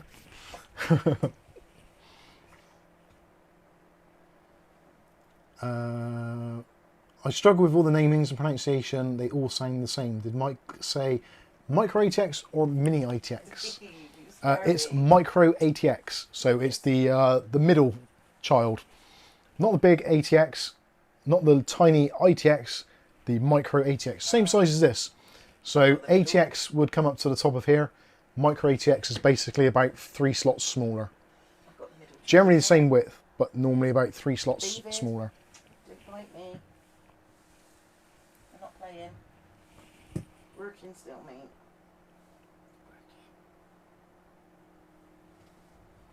I'm going to go and see Gramps.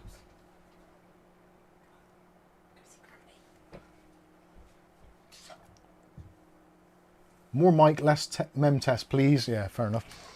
Well, I'm pretty sure this works, so I'll just turn it off. Because I'm a rebel like that. I'm not. So, I think the RAM works fine. I'm pretty sure it would. I actually got it from CX here in the UK, which bizarrely in their literature and also their online presence, they refer to themselves as SEX, but it originally was called Computer Exchange. So it's CEX, because it was abbreviated from Computer Exchange. So it is CEX, not SEX, because SEX is an S, obviously. But it's a little bit of a play on words, because they're a bit edgy. And bizarrely, CEX, I'm pretty sure, was originally founded by... one of the original founders was Charlie Brooker of the Black Mirror fame. Weird. He was actually a tech journalist years ago, I believe. So yeah, it's an interesting one. Dave Aiken says, it's bloody Sharkoon. I haven't had a Sharkoon case in ages. It might be.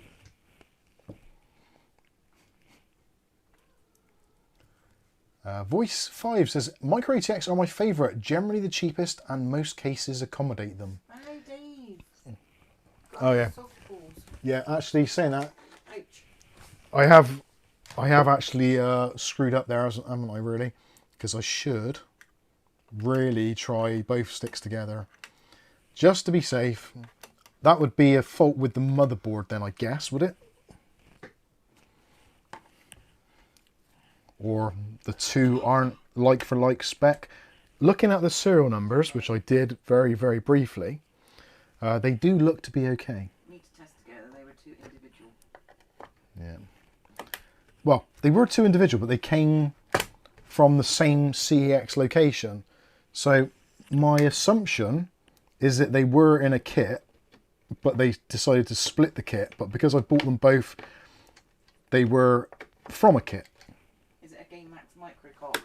No, there's no micro cocks going to be happening here. Sorry. Oh, that's not what you tell me. It's been cold. It's been cold. That RAM didn't feel like it was in. Not really, David.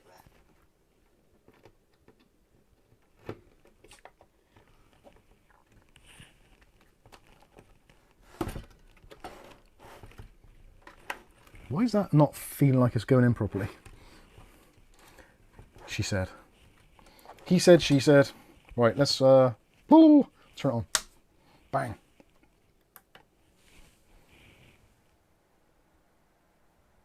Oh, we're on the overhead now. How did that happen? We have been at it for ages. Have we? On the overhead, no. I thought we were on the other thing. Oh, I actually need to be on that, don't I? Not stream desktop, not overhead, not that one. So I need to see if I can enable XMP Expo thing. Oh, still training. Come on.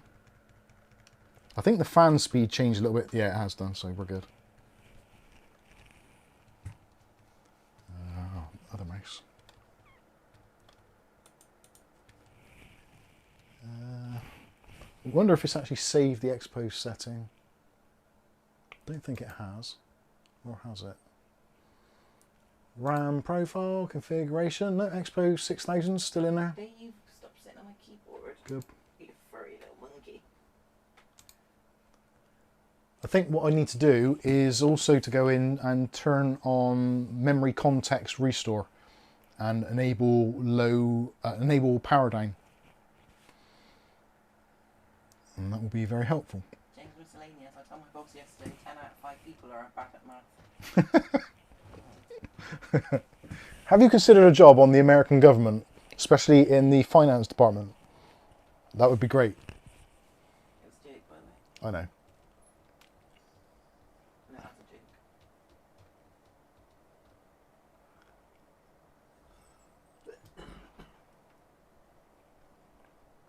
So yeah, this RAM actually, hey, why did that not, oh. Pretend you didn't see that, that didn't happen.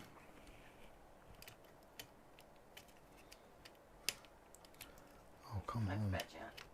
Yeah, nearly. Reset.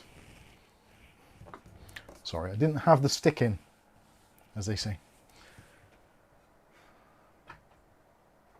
32 jiggly bytes. Let's hope so.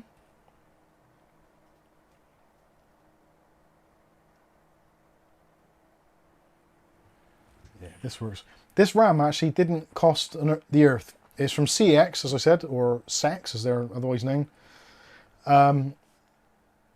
Crucial Pro 32 gig kits, either the white version or the black version, normally retail here in the UK at the moment for between 330 to 350 UK pounds. So Matthew Day, in his kindness, pointed out that they were available, and they were, I think they were approximately £100 each. I think it might be 105, not sure. It was basically £100. So I think with postage it was like 210 altogether. So £200 for 32 gigs of DDR5 doesn't seem awful. It's not great, especially when we've been used to, well, have seen his prices as kind of like £55–60 for like crazy deals on eBay. But generally, if you're going to go to a retail outlet and buy some DDR5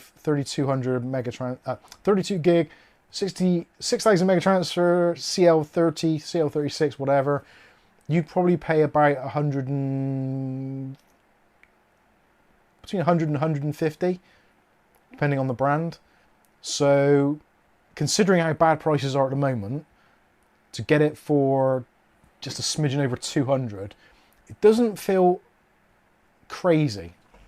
It feels like it's not cheap, it's not a deal, but it's good for what it is. It's almost a fair price, I would say.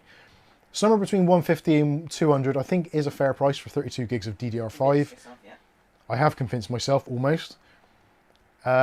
We always get this with RAM.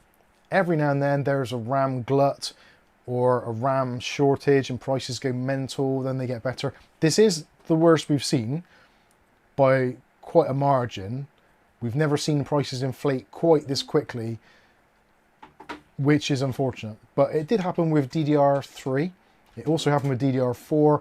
And actually, I think I remember it vaguely happening with DDR2. But it happens. It's got 3 or 5 year warranty with CX. Now, it is a limited warranty. There's also a warranty slightly with Crucial, potentially. But CX do, I think it's a 3-year or 5-year warranty on all sold items. Now, it isn't great, because all they'll do is, under warranty, they'll either give you a replacement of the RAM or a percentage of your money back. I don't think they give you all of your money back. I could be wrong, but at least there is a little bit of a warranty. Whereas if I bought it off eBay, it could be a little bit more scary. Especially seeing as I've just bought that Jura RAM off eBay, which is terrifying because it was more expensive than this. It's an AliExpress company, so I have no idea what happens if it doesn't work. Not initially, but later on down the line. That is a lot of money tied up in some RAM, which I could really, really do without. But it is what it is. I've got to keep making content somehow.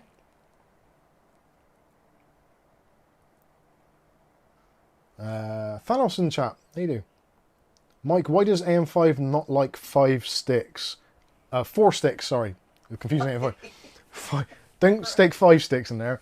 The reason AM5 and Intel, to some extent, have quite weak memory controllers.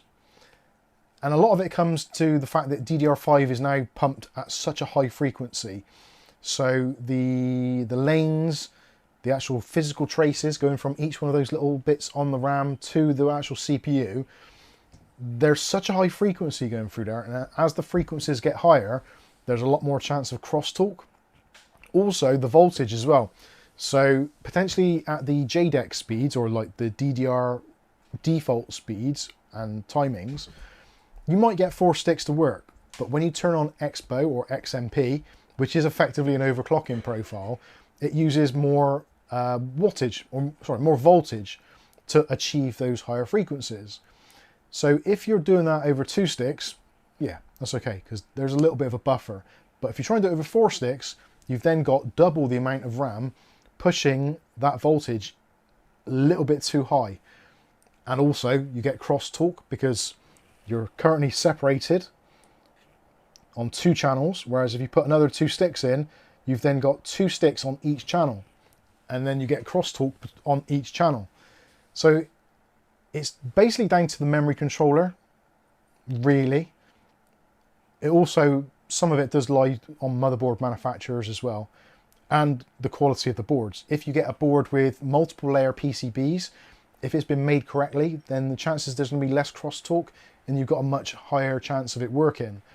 If you're using a slightly cheaper board or a budget board, it's probably going to have fewer physical layers of the actual PCB.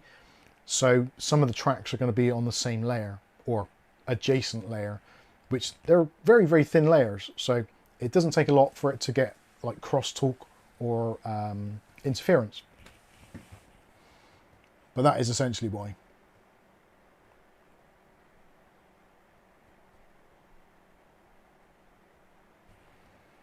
And that appears to be working.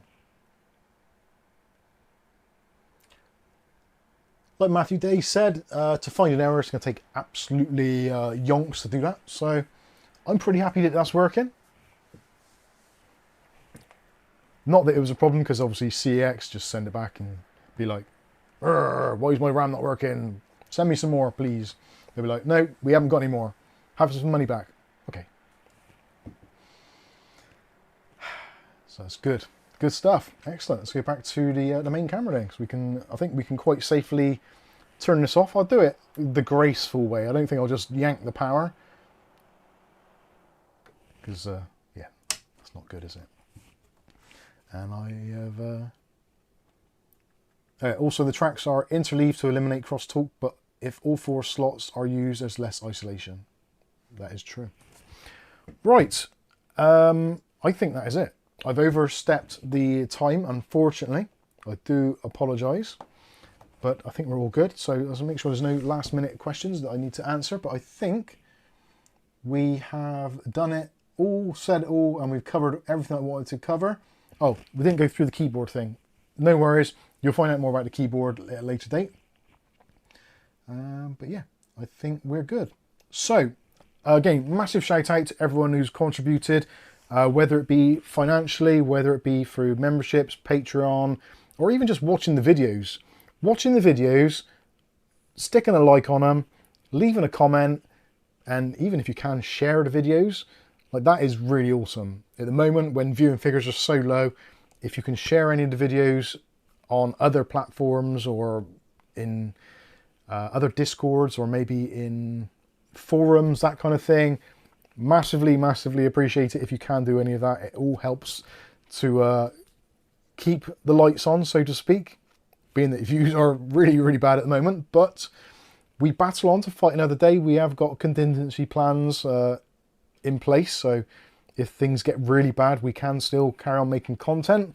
Might not be as much content, but hopefully we still can. So again, massive, massive thanks to all of you, and obviously massive shout out to the combination of Andy Archer, Matthew Day, Mark Gaines, Rasher, David Underhill, just to name a few. If I've left anyone's name out, it's not intentional. I didn't mean it like that. Who was, I can't remember the other one was. There was another one. Basically, yeah, you're all amazing, and yeah, honestly, I nearly choked up earlier when I got that donation from Mark. That was a biggie. So yeah, thank you all so much, and Patrons as well. You guys are awesome. It's really, really is appreciated now more so than ever, because I know there's less interest. So the fact that you keep on doing it, watching the videos and commenting and all that kind of stuff, it's freaking awesome. You guys are excellent. So Kath and I going to do our level best to do as much as we can for you and do as much content and make it as interesting and as original as possible. So don't want to be one of those just news channels that just regurgitates all the rubbish. Yes, we will do that to some extent, because if it's topical, we will, but there won't be like dedicated videos on it, because we're not going to go down that route. I'm adamant we're not going to do that. I want it to be interesting, useful content which people actually want to watch, rather than just filling time, which I think a lot of content is these days, unfortunately. But having said that, thank you all so much. Much appreciated. You guys have a fantastic rest of your weekend. And for those of you in the UK, you might as well put your clocks forward now, if they're not automatic. And we will have a new outlook as we spring into spring. Spring into spring? Spring into... Anyway, whatever it is. Thanks all for watching. I've been Mike. This is Mike's Unboxing Reviews and How To. And hopefully we'll catch you next week, which will be Easter. Oh my God. Chocolate time. Thanks for watching. Take care. Oh, shit. Oh, I knew I should have took my shoes off. I just rolled over my toe on my chair. That hurt. I don't even know what buttons to press now. Where's my stop button? Thanks, everybody. Catch you later. Have a great one. Bye.